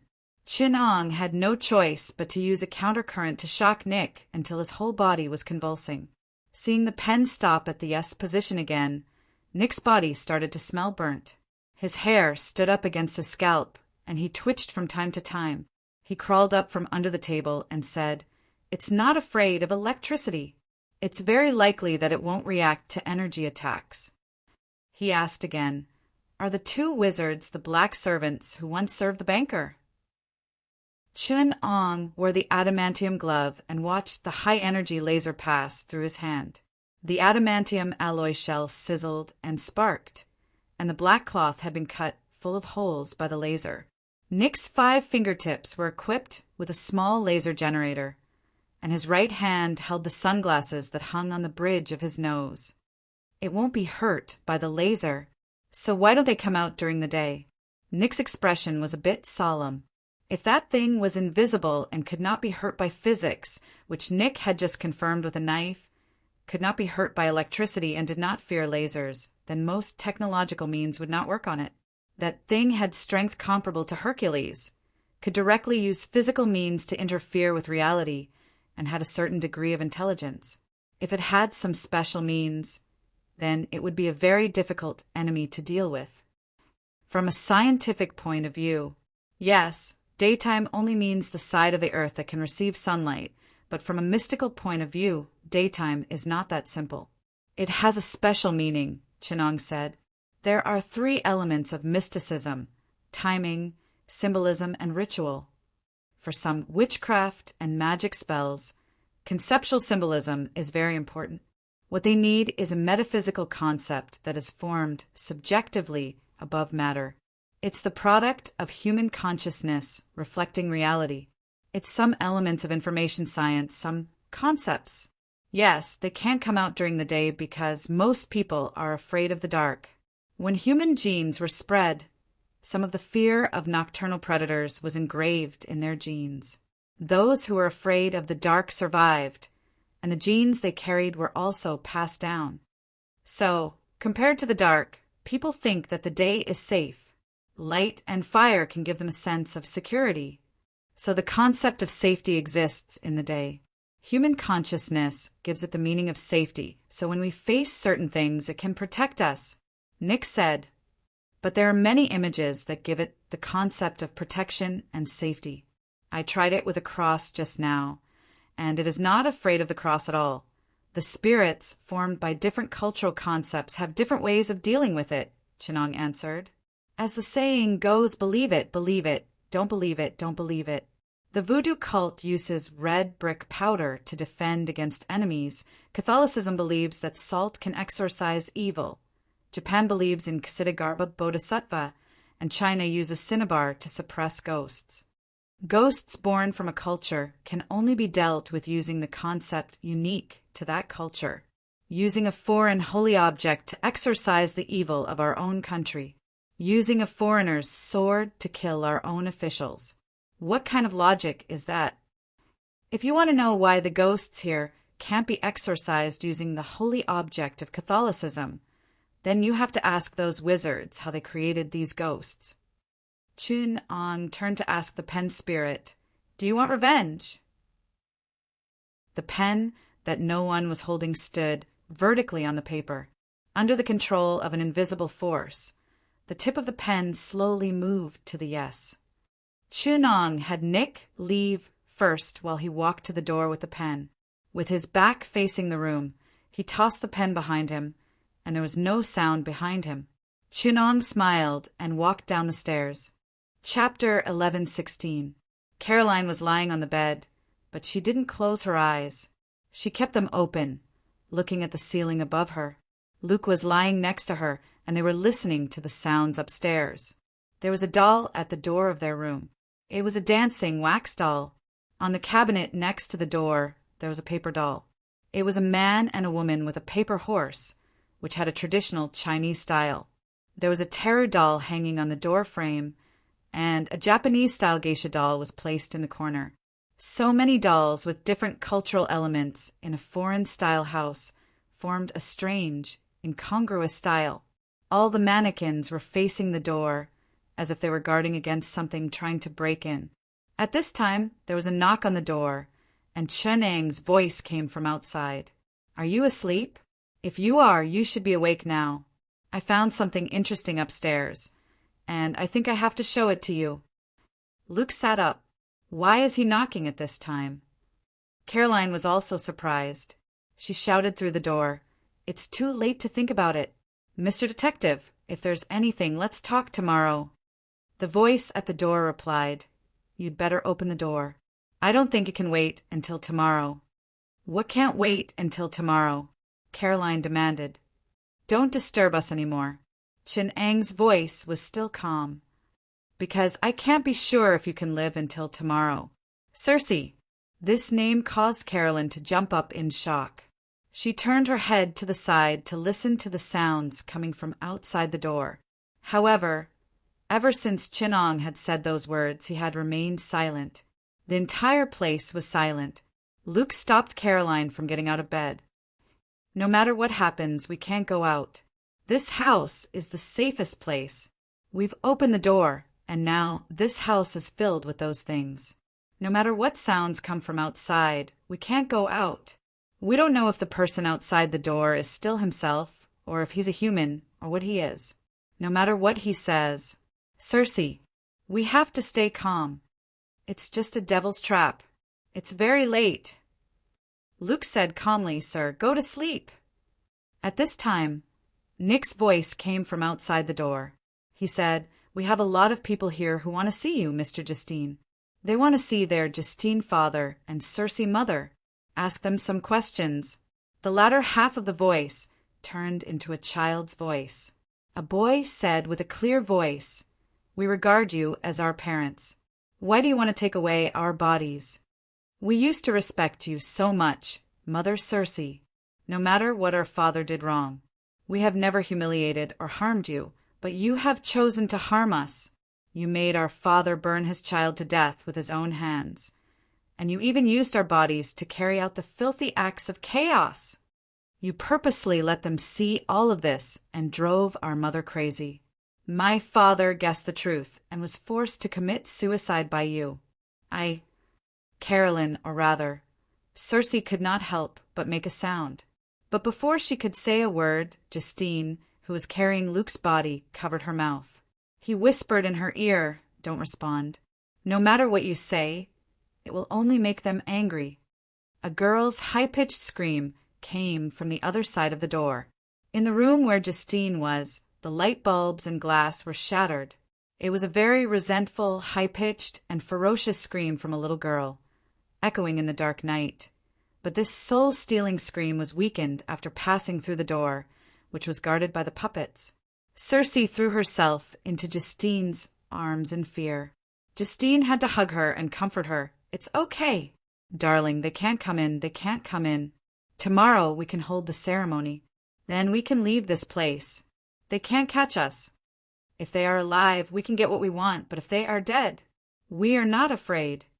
Ever since the door was opened, they have refused to let us go. Justine, it's useless. We can't destroy them. They will pester us endlessly." "The witch," Circe said, "unless we close the door. But the seal has failed. Are the great wizards in the voodoo sect eating sh*t? Why did they lose such an important seal? The voodoo doll is guarding the door, but once the door is opened, it can only be closed if it wants to close it. Justine, Circe said in fear, let's go grab that voodoo doll. The doll, left by Queen Lavu, the first voodoo doll. It should have the ability to guard the door. Chun Ang's voice sounded again. Justine, Circe, you used to be the owners of this house, the black servants hired by the bankers. You should be from Haiti, right? Many black people in Louisiana came from Haiti, and some of them were proficient in witchcraft. You were loyal to Queen Lavu of the voodoo sect. It's normal for the bankers to abuse you. Many rich white people in that era were like this. They treated their servants badly, so you decided to show them a little. It just so happened that, although you were young, you had enough of that body. It was too difficult for black people in that era. But it was very easy for you. So you decided to use the soul-snatching witchcraft to seize the bodies of their children so that you could inherit that large amount of wealth.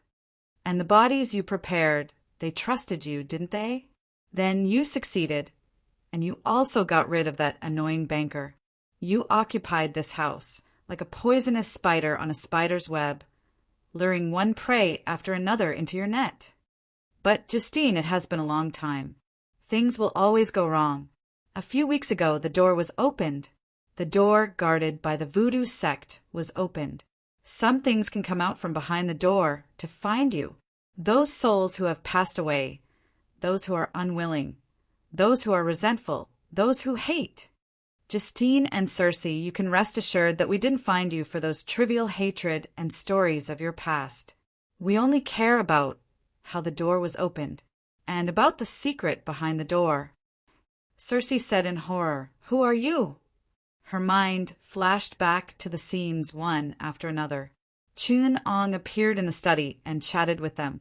Chun Ang's background and story automatically appeared in their minds, but they never saw how Chun Ong walked through the door. It was as if he had directly appeared in the study. That night, when she opened the door for another man, the black man, he seemed to have come from afar. But there was no moisture on his bald head. His feet were muddy, and he was wearing a trench coat that seemed to be from the last century. This guy said that he was a bailiff and claimed that he was the FBI, and she actually believed him. Who we are is not important, Chun Ong said slowly. What's important is the secret behind the door. Don't think that this room will always be safe, Chun Ong said mysteriously. In fact, you are trapping yourself in a death trap. Circe sat up in shock. She came to the door and listened suspiciously to the sound behind the door, but there was not even the sound of breathing behind the door. Instead, Luke, who was lying on the bed, heard the sound of breathing beside his ears. He slowly turned around and saw Chun Ong sitting next to his head, but he couldn't even move. Chun Ong dragged out another Luke from under the bed and placed him next to him. Then he shoved him under the bed. Lawyer Luke lay under the bed, eyes open, staring at the headboard. There was a mirror that was half the height of a person stuck there, and in the mirror there were several pairs of eyes staring at him. He also saw the young Caroline smiling at him, face to face. Caroline's mouth and eyes were sealed with stitches. She opened her eyes and looked at Justine through the stitches between her eyelids.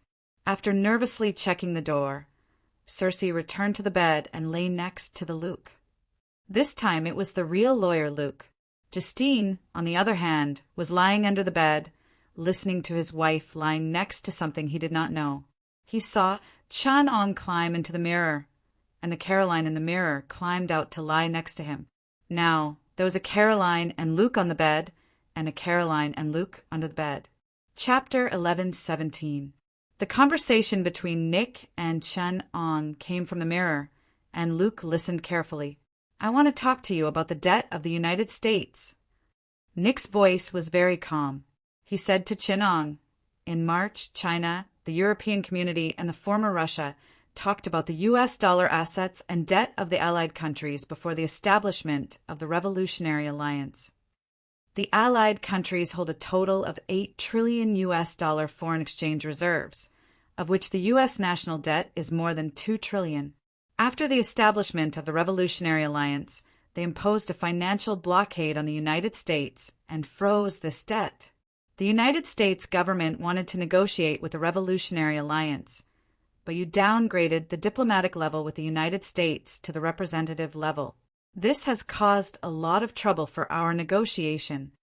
You know, Chun-Ong replied, the diplomatic relationship between China and the United States used to be one of the most important diplomatic relationships in the world.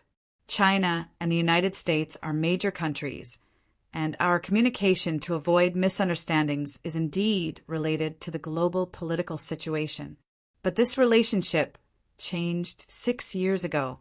After China returned to the Revolutionary Alliance, the world political situation changed drastically.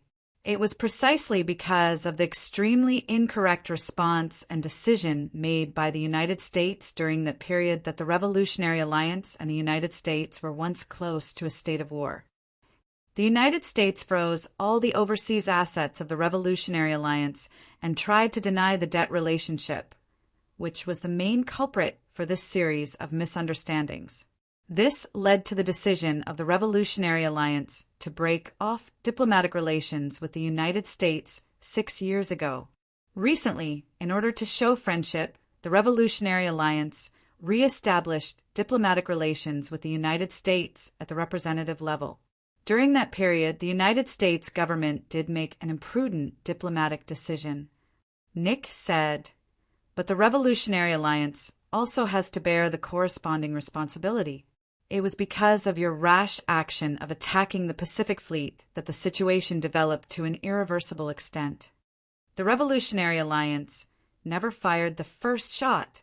Chun-Ong pondered for a moment.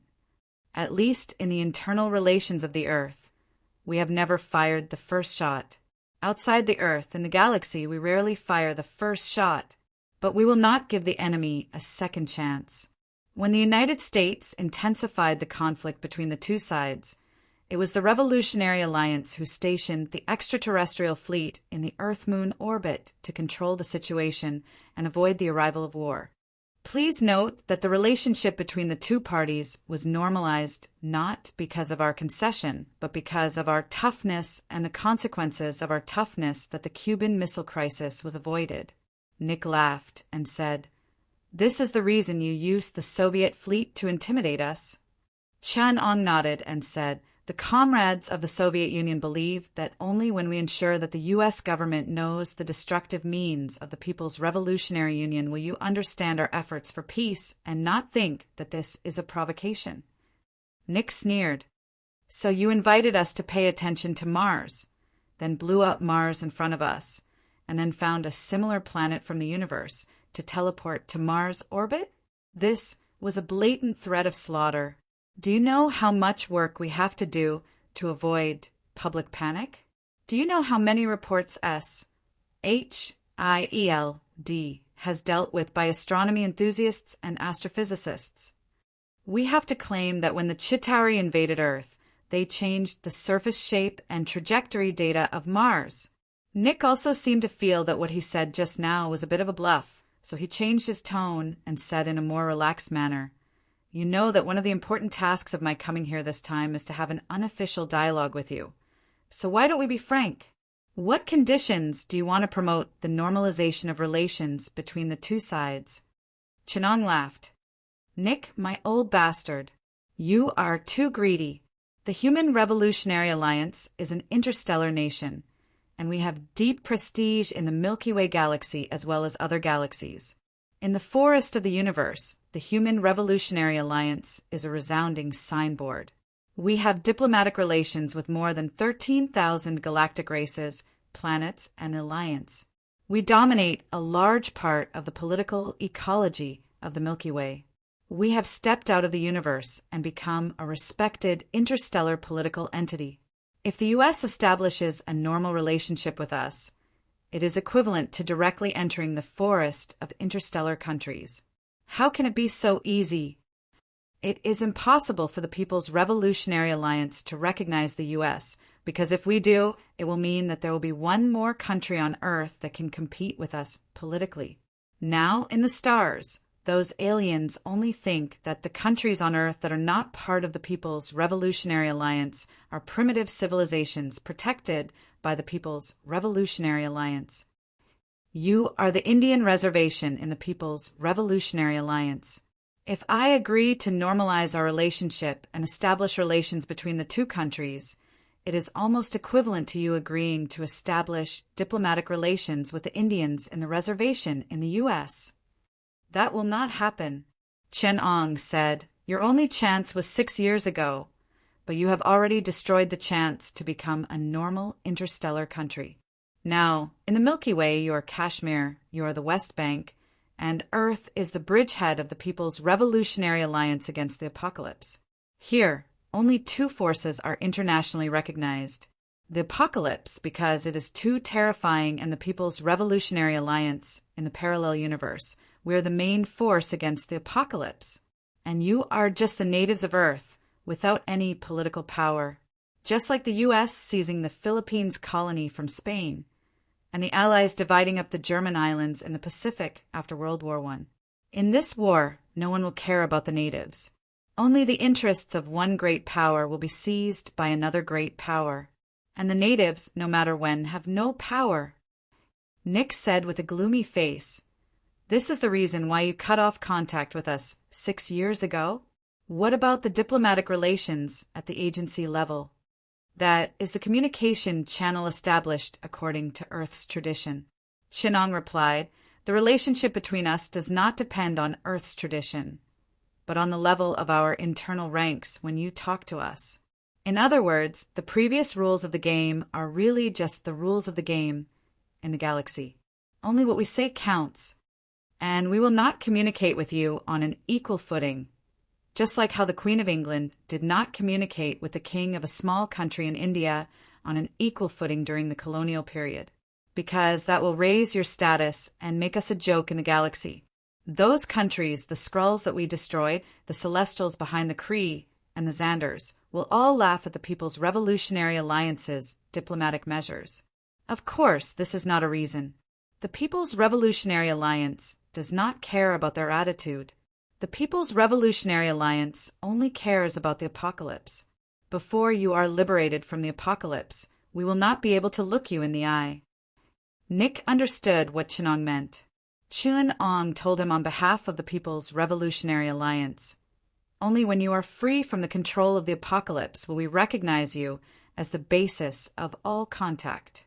If you are not free from the control, even if the apocalypse turns on a certain switch, you, the test subjects who developed a civilization because of the apocalypse experiment, may suddenly become the puppets of the apocalypse. This way, there is no way to develop a relationship, because there is no way to define what you are, a free life, or something pretending to be a free life." Then, Nick asked, "What about the creditor's rights?" "In fact, this should be bad news for you. We are considering selling our creditors' rights to Scrooge." Chinong hesitated. "Who is he?" Nick was confused. "A duck alien, an interstellar financial tycoon. When the People's Revolutionary Alliance entered the interstellar financial market, he helped us a lot. He is also our supporter in the interstellar. You may have heard of his nephew, Donald. He is the richest person in America, an alien, the richest person." Nick was confused. "But there is no such person in SHIELD files. Ha ha ha." Chinong laughed. "What do you think rich is? Those worthless U.S. dollars? In the interstellar, people like Stark are poor because he only has U.S. dollars and U.S. dollars. Haha. What can U.S. dollars buy in the interstellar? They won't even sell you a battery. When Stark leaves Earth, he is like a native with a bunch of Zimbabwean dollars.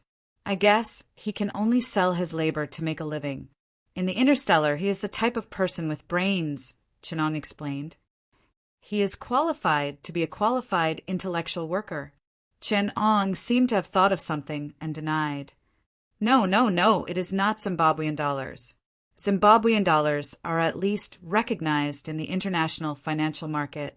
It should be the shell money used by the South Pacific Island people. The U.S. dollar is a piece of waste paper in the interstellar market.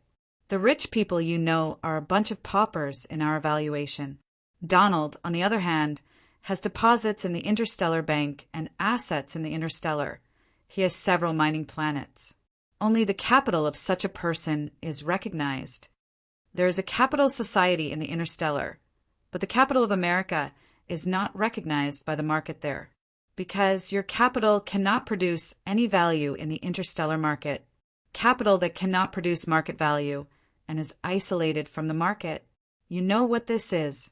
Nick stared at Chinong and said, I know something about the aliens. Earth strength is not bad. With our strength, we should not be discriminated against like this. Yes, Chinong said seriously. You have some strength. As long as you enter the interstellar countries, your U.S. dollars, your capital, and your technology will be recognized. You have the capital, but you cannot enter the interstellar. Without entering the interstellar, your capital does not exist. It is like a company that cannot enter the market. Yes, you have strength in theory, but if you cannot enter the market, you are worthless. You might want to ask, why can't the United States enter the interstellar and become a recognized interstellar country? Because you are too far from heaven and too close to the PRI. After the rise of the PRI, all the major interstellar evaluation agencies lowered your valuation value. You are now a junk stock. Because any political analyst knows that the PRI will not allow their home planet, which is the most important battlefield against the apocalypse, to rise an unknown interstellar country. We cannot determine friend or foe. Who knows if your thoughts are simulated by the apocalypse? And if he moves a finger, you will all become machines under his control. Nick asked with a gloomy face. Then how can Scrooge take over America's debt? Scrooge is an interstellar banker. He controls a very successful duck bank in the Milky Way.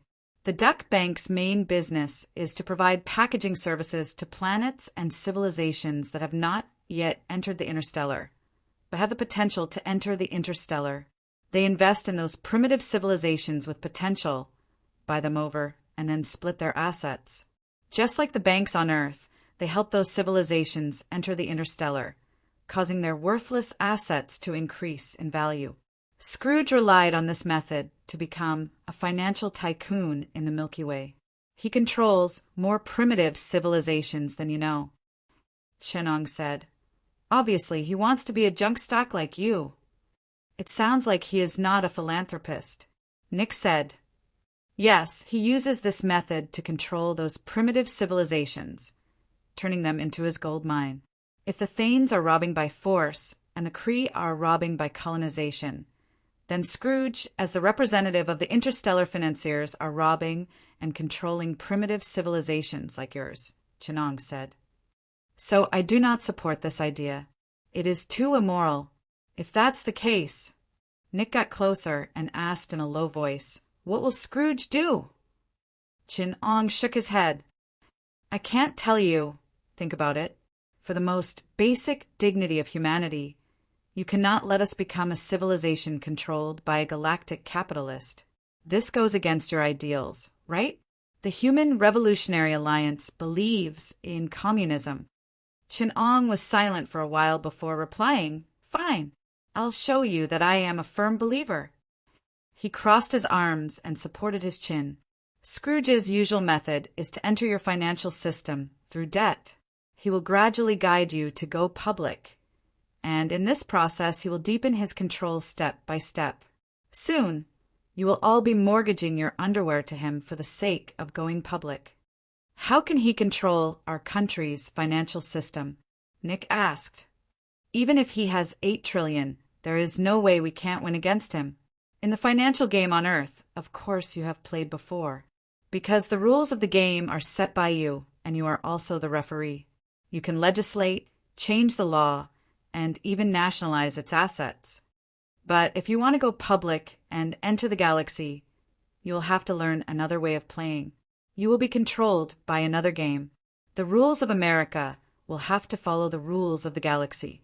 Over there, Scrooge is the old player and the referee, Chinong said. That is the rule of the galactic market established by 20,000 galactic countries. You can mortgage your planet and your human rights there. Everything is market-based. Over there, you can even sell Iron Man, Lord Gao buys heroes from various races all year round. He has a Colosseum planet.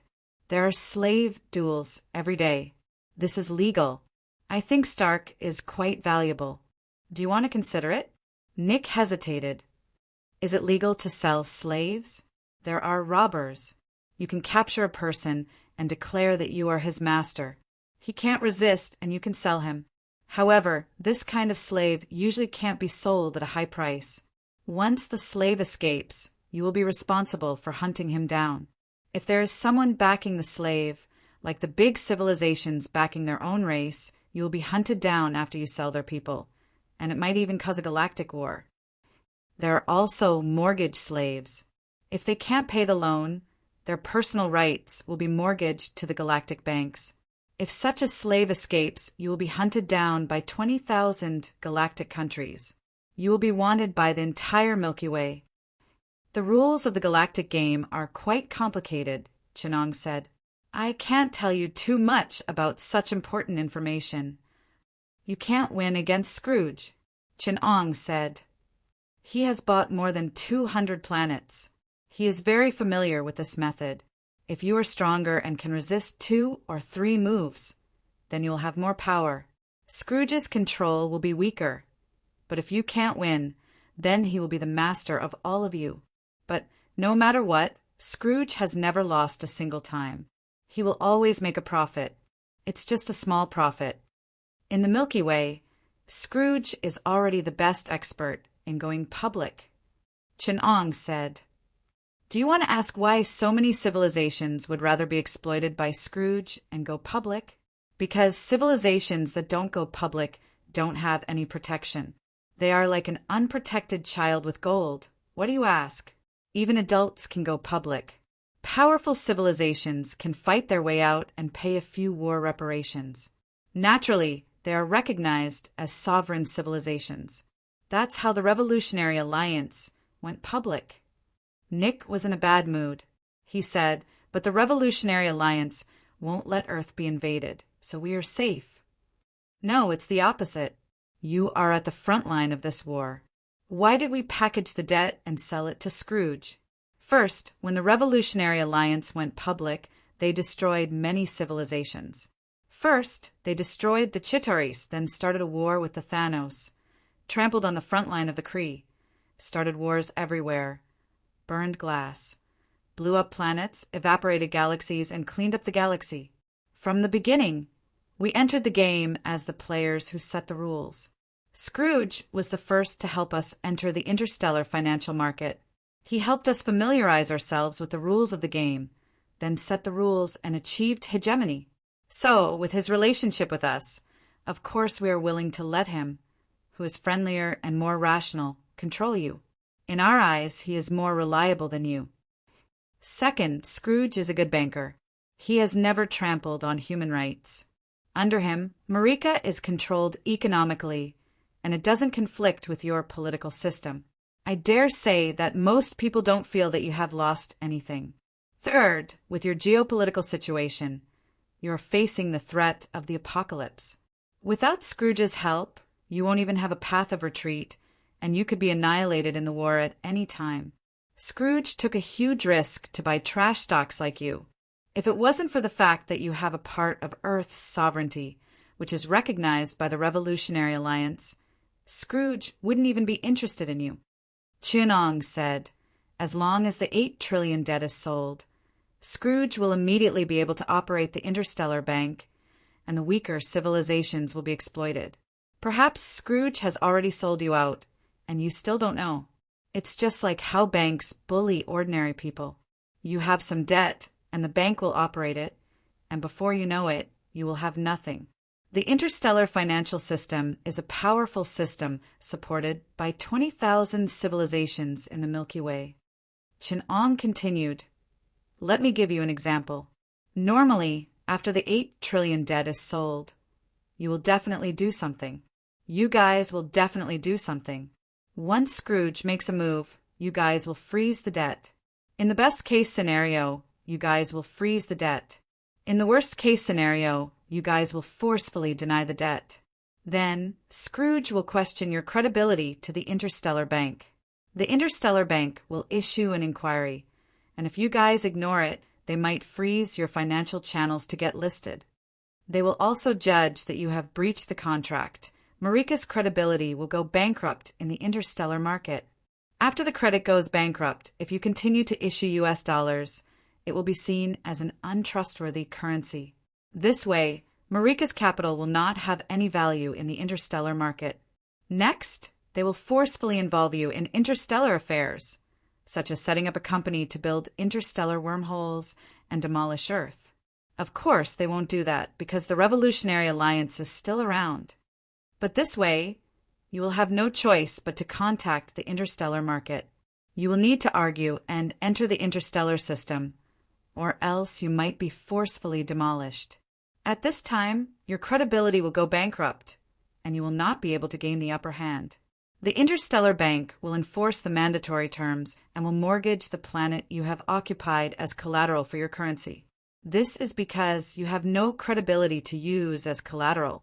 Scrooge will apply to exchange for collateral, and the Interstellar Bank will directly ignore your frozen currency and exchange it for collateral. In other words, part of the planet's land rights. If Scrooge continues to short your currency, your entire civilization will go bankrupt. Then, without you knowing, you will be sold to Scrooge. This is the Interstellar Bank. It is toying with you, just like how Marika wants Nauru to go bankrupt. The atmosphere on Nick's side was as heavy as a mountain. Nick said in a low voice, "I will go back and consider what you said. SHIELD. Hopes that Spear can take over this debt. I will convince the government to unfreeze this debt, and the transfer of the overseas assets of the Revolutionary Alliance will also speed up." Chin-Ong replied, "We will strive to take over the overseas assets and debt and transfer them to the Holy Shield. Believe me, before we are liberated from the control of the apocalypse, the best relationship between Marika and the Revolutionary Alliance is no relationship at all. We will not care about each other, and that is the best situation. Marika's productivity has no value to the Revolutionary Alliance. Value comes from the condensation of labor, and Marika's labor force is already far out of touch with the Revolutionary Alliance. Right now, the average labor force of our citizens has already surpassed the entire Marika, and the resources and ability to change reality that any Revolutionary Alliance citizen enjoys far exceed your entire civilization. In this situation, the US dollar is best used as waste paper. Instead of being packaged and put into the market by us, once we try to extract some value, Marika will be finished. This is inhumane. I will try my best to avoid this situation from happening."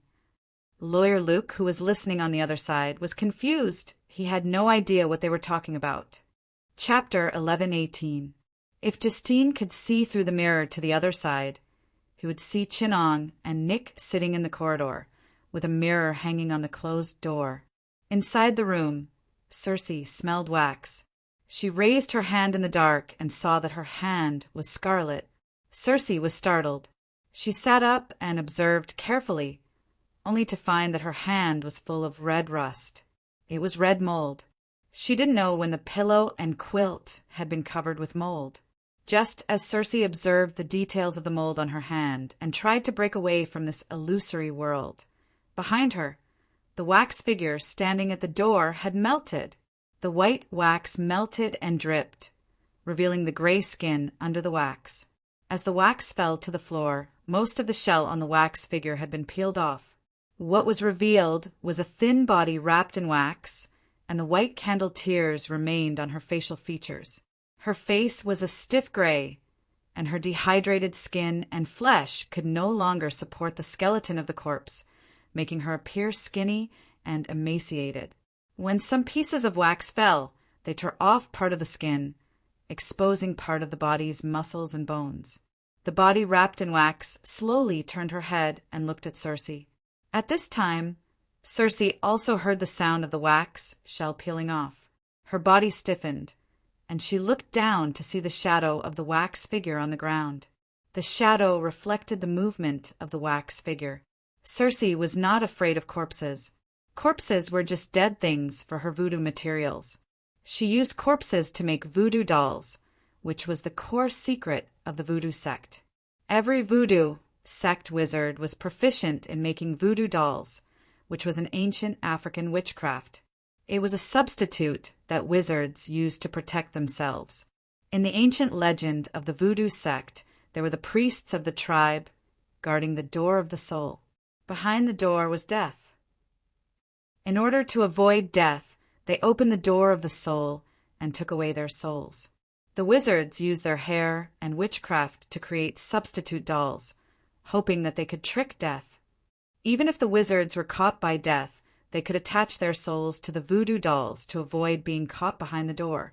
For a long time, wizards had used voodoo dolls to guard the door to prevent the soul gate from being opened.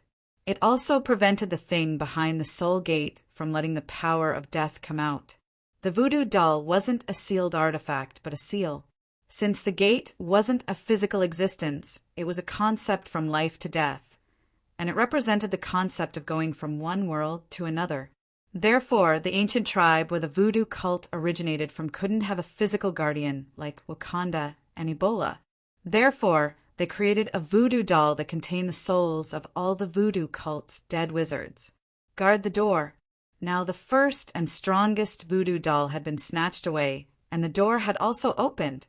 The opening of the door meant that the path from the world of the dead to the world of the living had been opened. It meant that some things could return to this world through the door. This door was formless and intangible, but it was a concept. Anything that had the concept of connecting to another world could be a door. For example, a mirror, or a specific time, the Zhongyuan Ghost Festival, the Night of 100 Ghosts, or a ceremony, lighting a candle at the crossroads. After the door was opened, these concepts that were given a specific meaning by human cultural activities would have a different power. The door wasn't a physical thing. It wasn't something that could be seen or touched, but it was a kind of law of the universe. It represented the law of the universe of death. One day a few weeks ago, Circe suddenly discovered that the door was open. At that time, she was wandering at night, and there was a strange sound coming from the attic. Then she went up to check. It was nothing because the attic was where she kept her things related to witchcraft. Although it looked gloomy, it was actually very safe. Everything changed on that day. Before that, although Circe was a witch who had taken over someone else's body, she didn't look gloomy or scary. Instead, she looked happy and bright, enjoying life. But on that day, she saw the people she had killed, the kind-hearted Nurse Caroline, the young and promising lawyer Luke, the 2 children who had been burned to death in black bodies by their parents, Violet and Ben Devriox. They appeared in front of Circe, letting her experience the torture they had suffered. If Justine hadn't discovered something wrong and used witchcraft to save Circe, she would probably have died in the attic. From that day on, Circe and Justine knew that they would probably have to fight with these things forever, until they fell into eternal hell and were consigned to eternal damnation. The voodoo doll was a substitute and also a gatekeeper. They made many voodoo dolls and filled all the rooms in this house. They thought of ways to use witchcraft to hide themselves so that they could not be discovered. The voodoo dolls could prevent those things from coming out of the door and also prevent them from crossing the door. Relying on these dolls, Circe and Justine hid from place to place. In order to completely get rid of these things, they needed to perform a witchcraft created by Voodoo Queen Lavelle. Lavelle's blessing. They needed to kill the 2 people and refine them into a special voodoo doll. Then they would hide the souls that were targeted by the evil spirits, create a fake soul shadow, and cover the special voodoo doll to deceive those evil spirits. Circe and Justine began to look for candidates to make this voodoo doll. But before they were ready, a young man who claimed to be an insurance investigator came to the door, followed by a black man. They had to change their target. Circe came back to her senses and struggled out of her involuntary memories. She noticed that in this room, all the voodoo dolls had come to life. The voodoo dolls protected them, but at the same time, they were not necessarily safe. The thing behind the door could infect those dolls, making them strange and even dangerous. Circe did not know what kind of danger this kind of voodoo doll posed, because the previous ones had been infected. They had taken care of everything. However, she knew that the voodoo doll could be used as a vessel for souls, and similarly it could also be used as a vessel for evil spirits. Cecil didn't even need to think to know that these dolls with evil spirits in them didn't have any good intentions towards him. The corpse in the wax figure began to dance. She tiptoed, spun, and jumped, just like an elegant ballet when she was alive. She was an excellent ballet dancer when she was alive, but she later retired due to illness. In despair, the dancer turned to witchcraft in order to return to her beloved stage. The wizard granted her wish, but hid the crueler price. In the end, the dancer was made into a wax figure, fixed at the moment when she danced. Her soul was also imprisoned in the wax figure forever, becoming the wizard's best work, a voodoo doll. As the corpse danced, the tips of her toes supported all the weight of her body. Her stiff body was as flexible as it could be, like a puppet on strings. This made her dance look like a puppet dance. She was as stiff as a mechanical puppet and danced a standard ballet. The corpse dancing in the shadows was a dance of life and death. It was soul-stirring horror and beauty. Why don't you go up and dance together? Circe heard her husband, who was lying next to her, whispering. Circe suddenly found that this face was too young, just like Lawyer Luke when he was in his 20s. But what made her afraid was that Lawyer Luke, who was in his 20s, was not her husband. The door opened, and the shaft made a twisting sound. She heard the sound of a spring turning. Click! The slightly closed door was pushed open by a hand, and the figure of Chin Ong appeared at the door. He smiled and walked in with light footsteps. Behind him was a thick shadow, and one had to look carefully to see that it was the shadow of a person. Chin Ong lowered his voice and said, "Are you asleep?" Chapter 1119. You must be very confused. Chin Ong said, "You have some questions to ask. For example, who are we? What is the purpose of coming here? What do we know?" "Don't worry, I can answer you one by one." Chin Ong sat in the dark room with his back against the dancing corpses. The dancing demons in the room made him look like a ghost. He said slowly, "You can rest assured that we are not interested in you. We are only here to observe that door." In the entire voodoo cult, there are only a few people who know that the real sealed object is that door. Although the sealed door is open, there are only a few people who can really get close to it. Seeing Nick's puzzled expression, Chin Ong suddenly smiled and said, "You don't think that every mirror can lead to that door, do you? In fact, according to the data found by the Holy Shield, the door has just been opened, so there are very few people who can get close to it. Some voodoo cult wizards in Africa have unexpectedly disappeared. In remote villages in various continents of the United States, some cult organizations have disappeared. Only people like you can get close to the door." Chin Ong looked up and said, "There's a wall between the known common sense world and the unknown mysterious world. This wall isolates myths, legends, ghosts, and magic, blocking those unknown mysteries behind the wall. But after the soul gate is opened and the things behind the gate are released, the first wave of impact will naturally be you, who are behind the wall. Death still needs some time to break through the wall of knowledge. There is still some time for ordinary people protected by the wall of knowledge to touch the door, but this precious period of safety is not long. That is why I brought him to you. We want to know, what is the door guarded by the voodoo cult? What is behind the door? What secrets do you know about the soul gate and death? And the secret of the fifth seal, who else knows?" Circe said with difficulty. "You are here to investigate the fifth seal. You want to know where the original sin is." Chun-Ong smiled and said, "No, I know where the original sin is. What I want to ask is, who else knows where it is?" Nick raised his eyebrows and said, "You know where the fifth seal is? You didn't tell us. If you want to protect a secret, the fewer people who know, the better." Chun-Ong said lightly, "It's best if only I know." Cersei said, "So the reason you asked me is, of course, to kill them. In order to protect the fifth seal, all insiders better shut up. Either never say it like me or die. We don't know more than others. We are just ordinary wizards." Cersei begged, "Voodoo wizards are everywhere. The secret of the gate has long disappeared in history, just like that ancient tribe. Let us go. If Mary Laver's left and right hands are also ordinary magi and know nothing about it, then the voodoo cult really has no secrets to speak of." Chun-Ong sneered. "You've been following Lavu for so long. She's the founder of the voodoo sect, the famous Empress Voodoo. As a Creole, the process of Lavelle establishing the voodoo sect and inheriting the legacy of the Benin voodoo tribe was a little too smooth. The voodoo sect is different from the Wakanda and Ebola tribes. It's already strange that you know those secrets. After the voodoo tribes perished, the seals and culture they inherited were passed down in the ancient religions of Benin.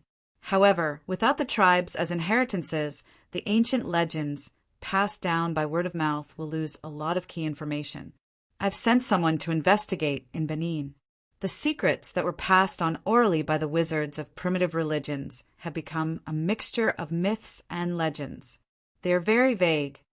My men went through a lot of trouble to figure out the existence of the gate from those messy legends and myths, and the poison sex headquarters in the sea actually knows the core secrets of the voodoo tribe. You even know about the Gate of Souls. This part of it doesn't even exist in Benin. I can't help but guess there's definitely something wrong with La Vue. She didn't establish the voodoo sect as a summary and sublimation of the African primitive religions popular in Haiti, but with the secrets she knew as the core, she gradually integrated those scattered primitive religions and created the voodoo sect. Chun-Ong analyzed step by step and exposed Cersei's disguise. "The fifth seal," Chun-Ong said slowly. "You shouldn't know about the fifth seal at all. No one in the four ancient tribes knows the secret of the fifth seal, because during the first mutation of the Stairway of the Sun, in order to avoid leakage, the core of this secret was handed over to the ancient Egyptians for safekeeping, and the remaining parts were scattered among the various ancient civilizations. The secrets kept by the ancient Egyptians were taken into the pyramids by Enhitian. Later, when the Holy Shield reactivated the floating pyramids, they found this part, plus the ones we already have. Only we have all the secrets and know the location of the fifth seal, the original sin. So I want to know where La Vue learned this. What else does she know?" Cersei said in horror, "I can't tell you about Queen La Vue. I can't say it at all. If I want to say it, Queen La Vue can take our lives no matter where she is. So I didn't intend to ask you at all." Chun-Ong said, "Do you still remember those dusty memories that inexplicably appeared in your mind just now?" Cersei's expression became very frightened. Chun-Ong nodded and said, "I did peek into your memory and I already know most of the secrets. What I want to know now are the things in your mind that are cursed and don't dare to recall. Why would I tell you so much? I just want you to believe. Have you heard of it? In witchcraft, belief is a kind of power, and this power of belief was brought back by La Vue from behind the door." Chun-Ong slowly said in Cersei's ear. These words made her struggle violently, but her whole body was stiff and she could not move. And the reason why Cersei could not move was that there was still a soul in her body. The original owner of this body, Caroline, who had returned from behind the door. Chun-Ong deciphered the secrets in Cersei's brain.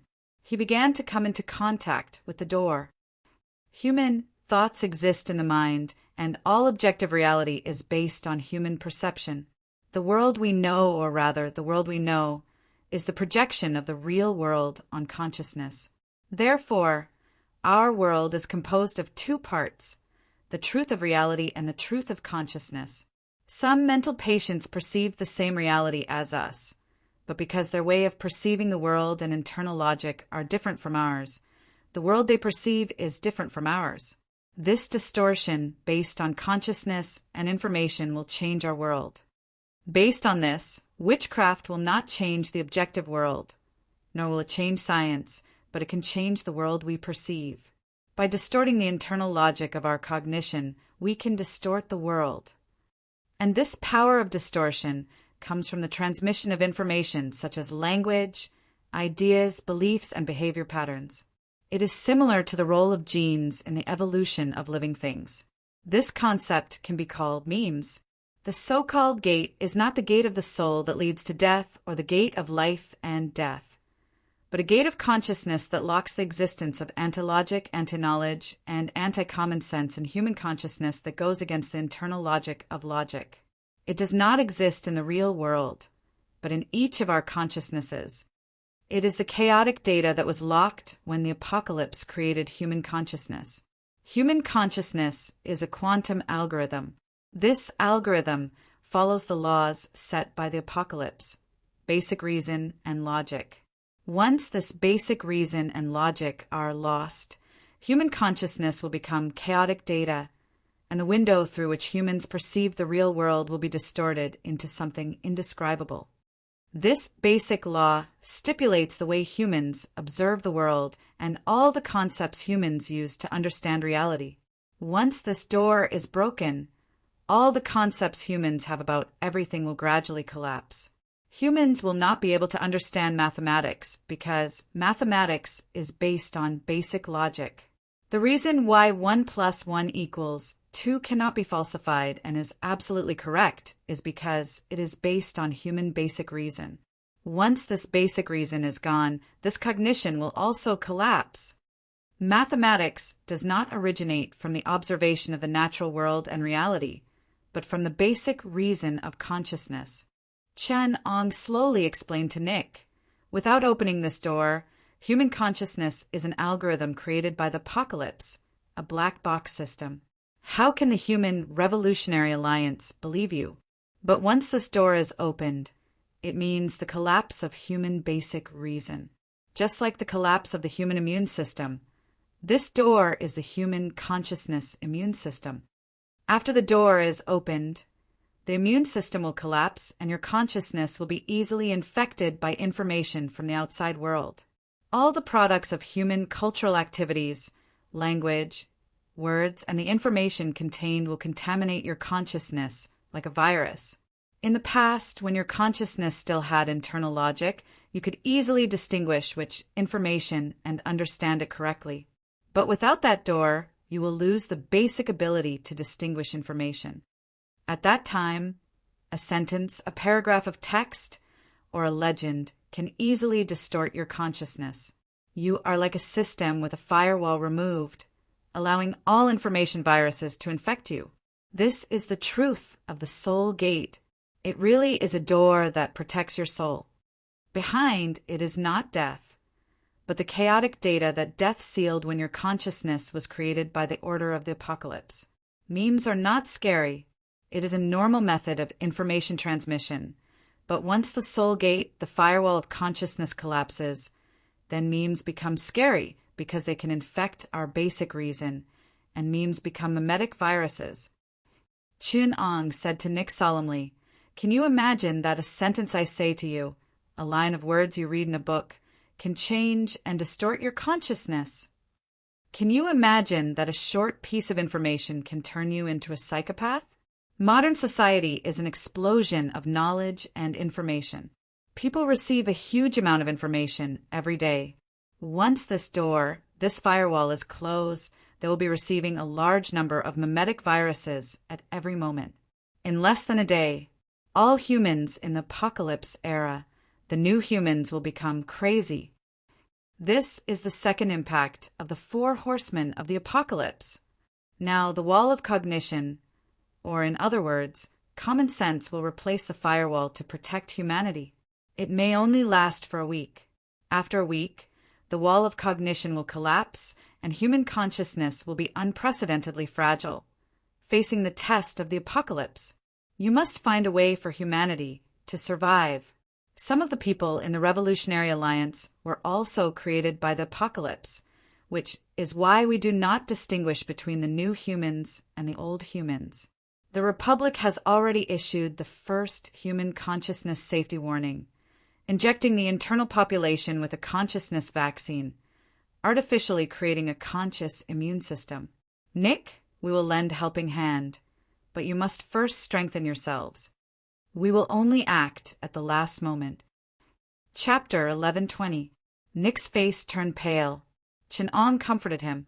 I hope you don't hate me. Nick looked up. Why do you say that? Because the more you know, the more dangerous it is.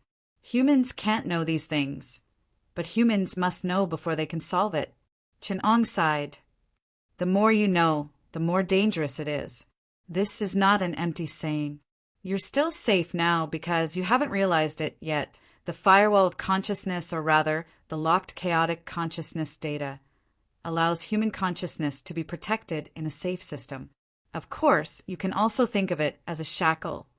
In any case, you're protected in an orderly and understandable world. But now, the shackle that protected you has disappeared. Now, human consciousness and rationality are operating on inertia. This inertia is what I call the wall of knowledge that protects you. It can also be called common sense. Because common sense, humans haven't started to let their imaginations run wild and retain some resistance to the mimetic virus. Once you overturn common sense and start letting your imaginations run wild, you'll find that there's nothing to help you distinguish between these things. You'll enter the world of mental patience, unable to break free from the world where your consciousness is distorted. Nick didn't dare to think about what Chin-Ong said. It was best not to think now. Once he did, he would be doomed eternally. But he had to think. Only by thinking could he find a solution to the problem. With the collapse of the firewall that protected human consciousness, humans would no longer be able to understand the world rationally and distinguish between reality and fantasy. Mental patients often create illusions and distort reality. A mental patient with abnormal consciousness might believe that there are countless pairs of eyes watching him. He would be nervous all day, suspecting that someone was spying on him. The reason normal people wouldn't be like this is because our consciousness still has basic rationality. We can tell that the information is our imagination. But once we lose this ability, we'll see a pair of eyes from a poster hanging at home or some other place, but we lose the ability to distinguish. We can't tell if it's our imagination or not. Then we'll really see a pair of eyes. We've entered the world of mental patience. We begin to lose the protection of common sense. We begin to blur the real eyes and the eyes in portraits, TV, and photos. We'll see that there are eyes everywhere in the world. Our consciousness begins to warp and distort. From this point on, the entire normal world collapses. Some concepts in our consciousness will be distorted, such as the eye. Anything with a hole in it, anything that looks like an eye, will appear to us as an eye. Then we will be surrounded by eyes, and the concept of eyes will be completely distorted and out of control. Then there will be other things. We will not be able to tell which things are people. People have eyes, but now there are eyes everywhere. Then the concept of people began to distort. What was a person? People could not tell. The posters hanging on the wall were regarded as people, and the people walking on the street were regarded as indescribable things. If you can't tell what a person is, then what is a murder? What was killing? Bumping into a mosaic on the street, what was that? Just crush them. This was a world of lunatics. Everyone could lock up a lunatic. But what if everyone was a lunatic? Cognitive disorder, distorted consciousness, close to insanity. No matter how hard Nick tried to stop himself from thinking about it, he still gradually understood Chun-Eng's consciousness. The wall of common sense that protected his consciousness, which was already exceptionally weak in the first place, collapsed. He had also come into contact with the gate of souls and those irrational things. His face was pale. Nick was a man made of iron, but he was still shocked by what he thought of. Chin-Ong quickly held him down and said, Don't think too much. Don't imagine the world after the virus spreads. Once you imagine it, you might really be able to see that world. You will go crazy. You will think that everyone is a lunatic. You will lose the concept of the difference between a lunatic and a human. You will not be able to tell who is a lunatic and who is a normal person. You've caused me so much trouble, Nick said anxiously. You've really caused me so much trouble. Don't be nervous. You will go crazy if you are nervous. Chunong said, you have to overcome these difficulties with your own strong willpower. Nick, you are the person with the strongest willpower I have ever seen. If you are also driven crazy, then you will not be able to escape. If you are also driven crazy, is there still hope for humanity? You also know about this? Nick grabbed him and asked, why won't you go crazy? Chunong did not dare to say that he had caught the wrong person. Seeing how Nick was holding the dancing corpse, he knew that Nick could no longer tell the difference between a human and a ghost. He tried his best to console him. I am an old human. My consciousness was not created by the apocalypse, so there is no such gate. Nick, you are the first Homo evolutus to know the truth. Only by overcoming these difficulties can we have hope. The truth that Chunong told Nick was also a kind of information, a meme. This meme could also infect the defenseless Nick. His wall of common sense collapsed. His consciousness broke away from the inertia and started the process of collapse. Chunong carefully covered Nick's eyes and ears. He had to accept as little information from the outside world as possible and think as little as possible. This was because the information from the outside world was a meme virus to him, so were his memories. But this went against the reason why Chunong told Nick the truth. He hoped that after Nick knew the truth, he would come up with a solution with him. But now he could not even think about it. Nick had entered the first stage of the infection, cognitive disorder. Chunong could not tell Nick that the person he saw was a ghost because it was still fine for him to see a ghost as a human. For now, a ghost was a human to him, but once he realized it, he would not be able to tell the difference between a human and a ghost. Everyone could be a ghost to him, and the concept of a human would be distorted. But Chunong could not hide it from Nick forever. He was a smart person. He felt the hand that he was holding. The flesh was flipped up, and he felt the bones and rotten tendons. It was cold to the touch. He knew that he was holding a corpse. He could not tell the difference between a human and a ghost, the kind that would mistake a human for a ghost. There are so many people here. Nick's tone was cold. In Nick's consciousness, the surrounding environment changed. He was blindfolded, there were no doors or windows around him, and there was no light. He smelled the smell of decay. This smell came from the wax corpse, and it quickly connected with the corpse in his memory. Then the walls and floor made of flesh and bones started to appear. He stepped on a human face and a rotten skeleton. This was an illusion created by Nick's sense of smell after he lost his sight and hearing. But it was not an illusion for him. The memory of the corpse created by his sense of smell started to replace some of his cognition. A dancing ballerina appeared before Nick. She had a pretty face and was smiling at him vividly.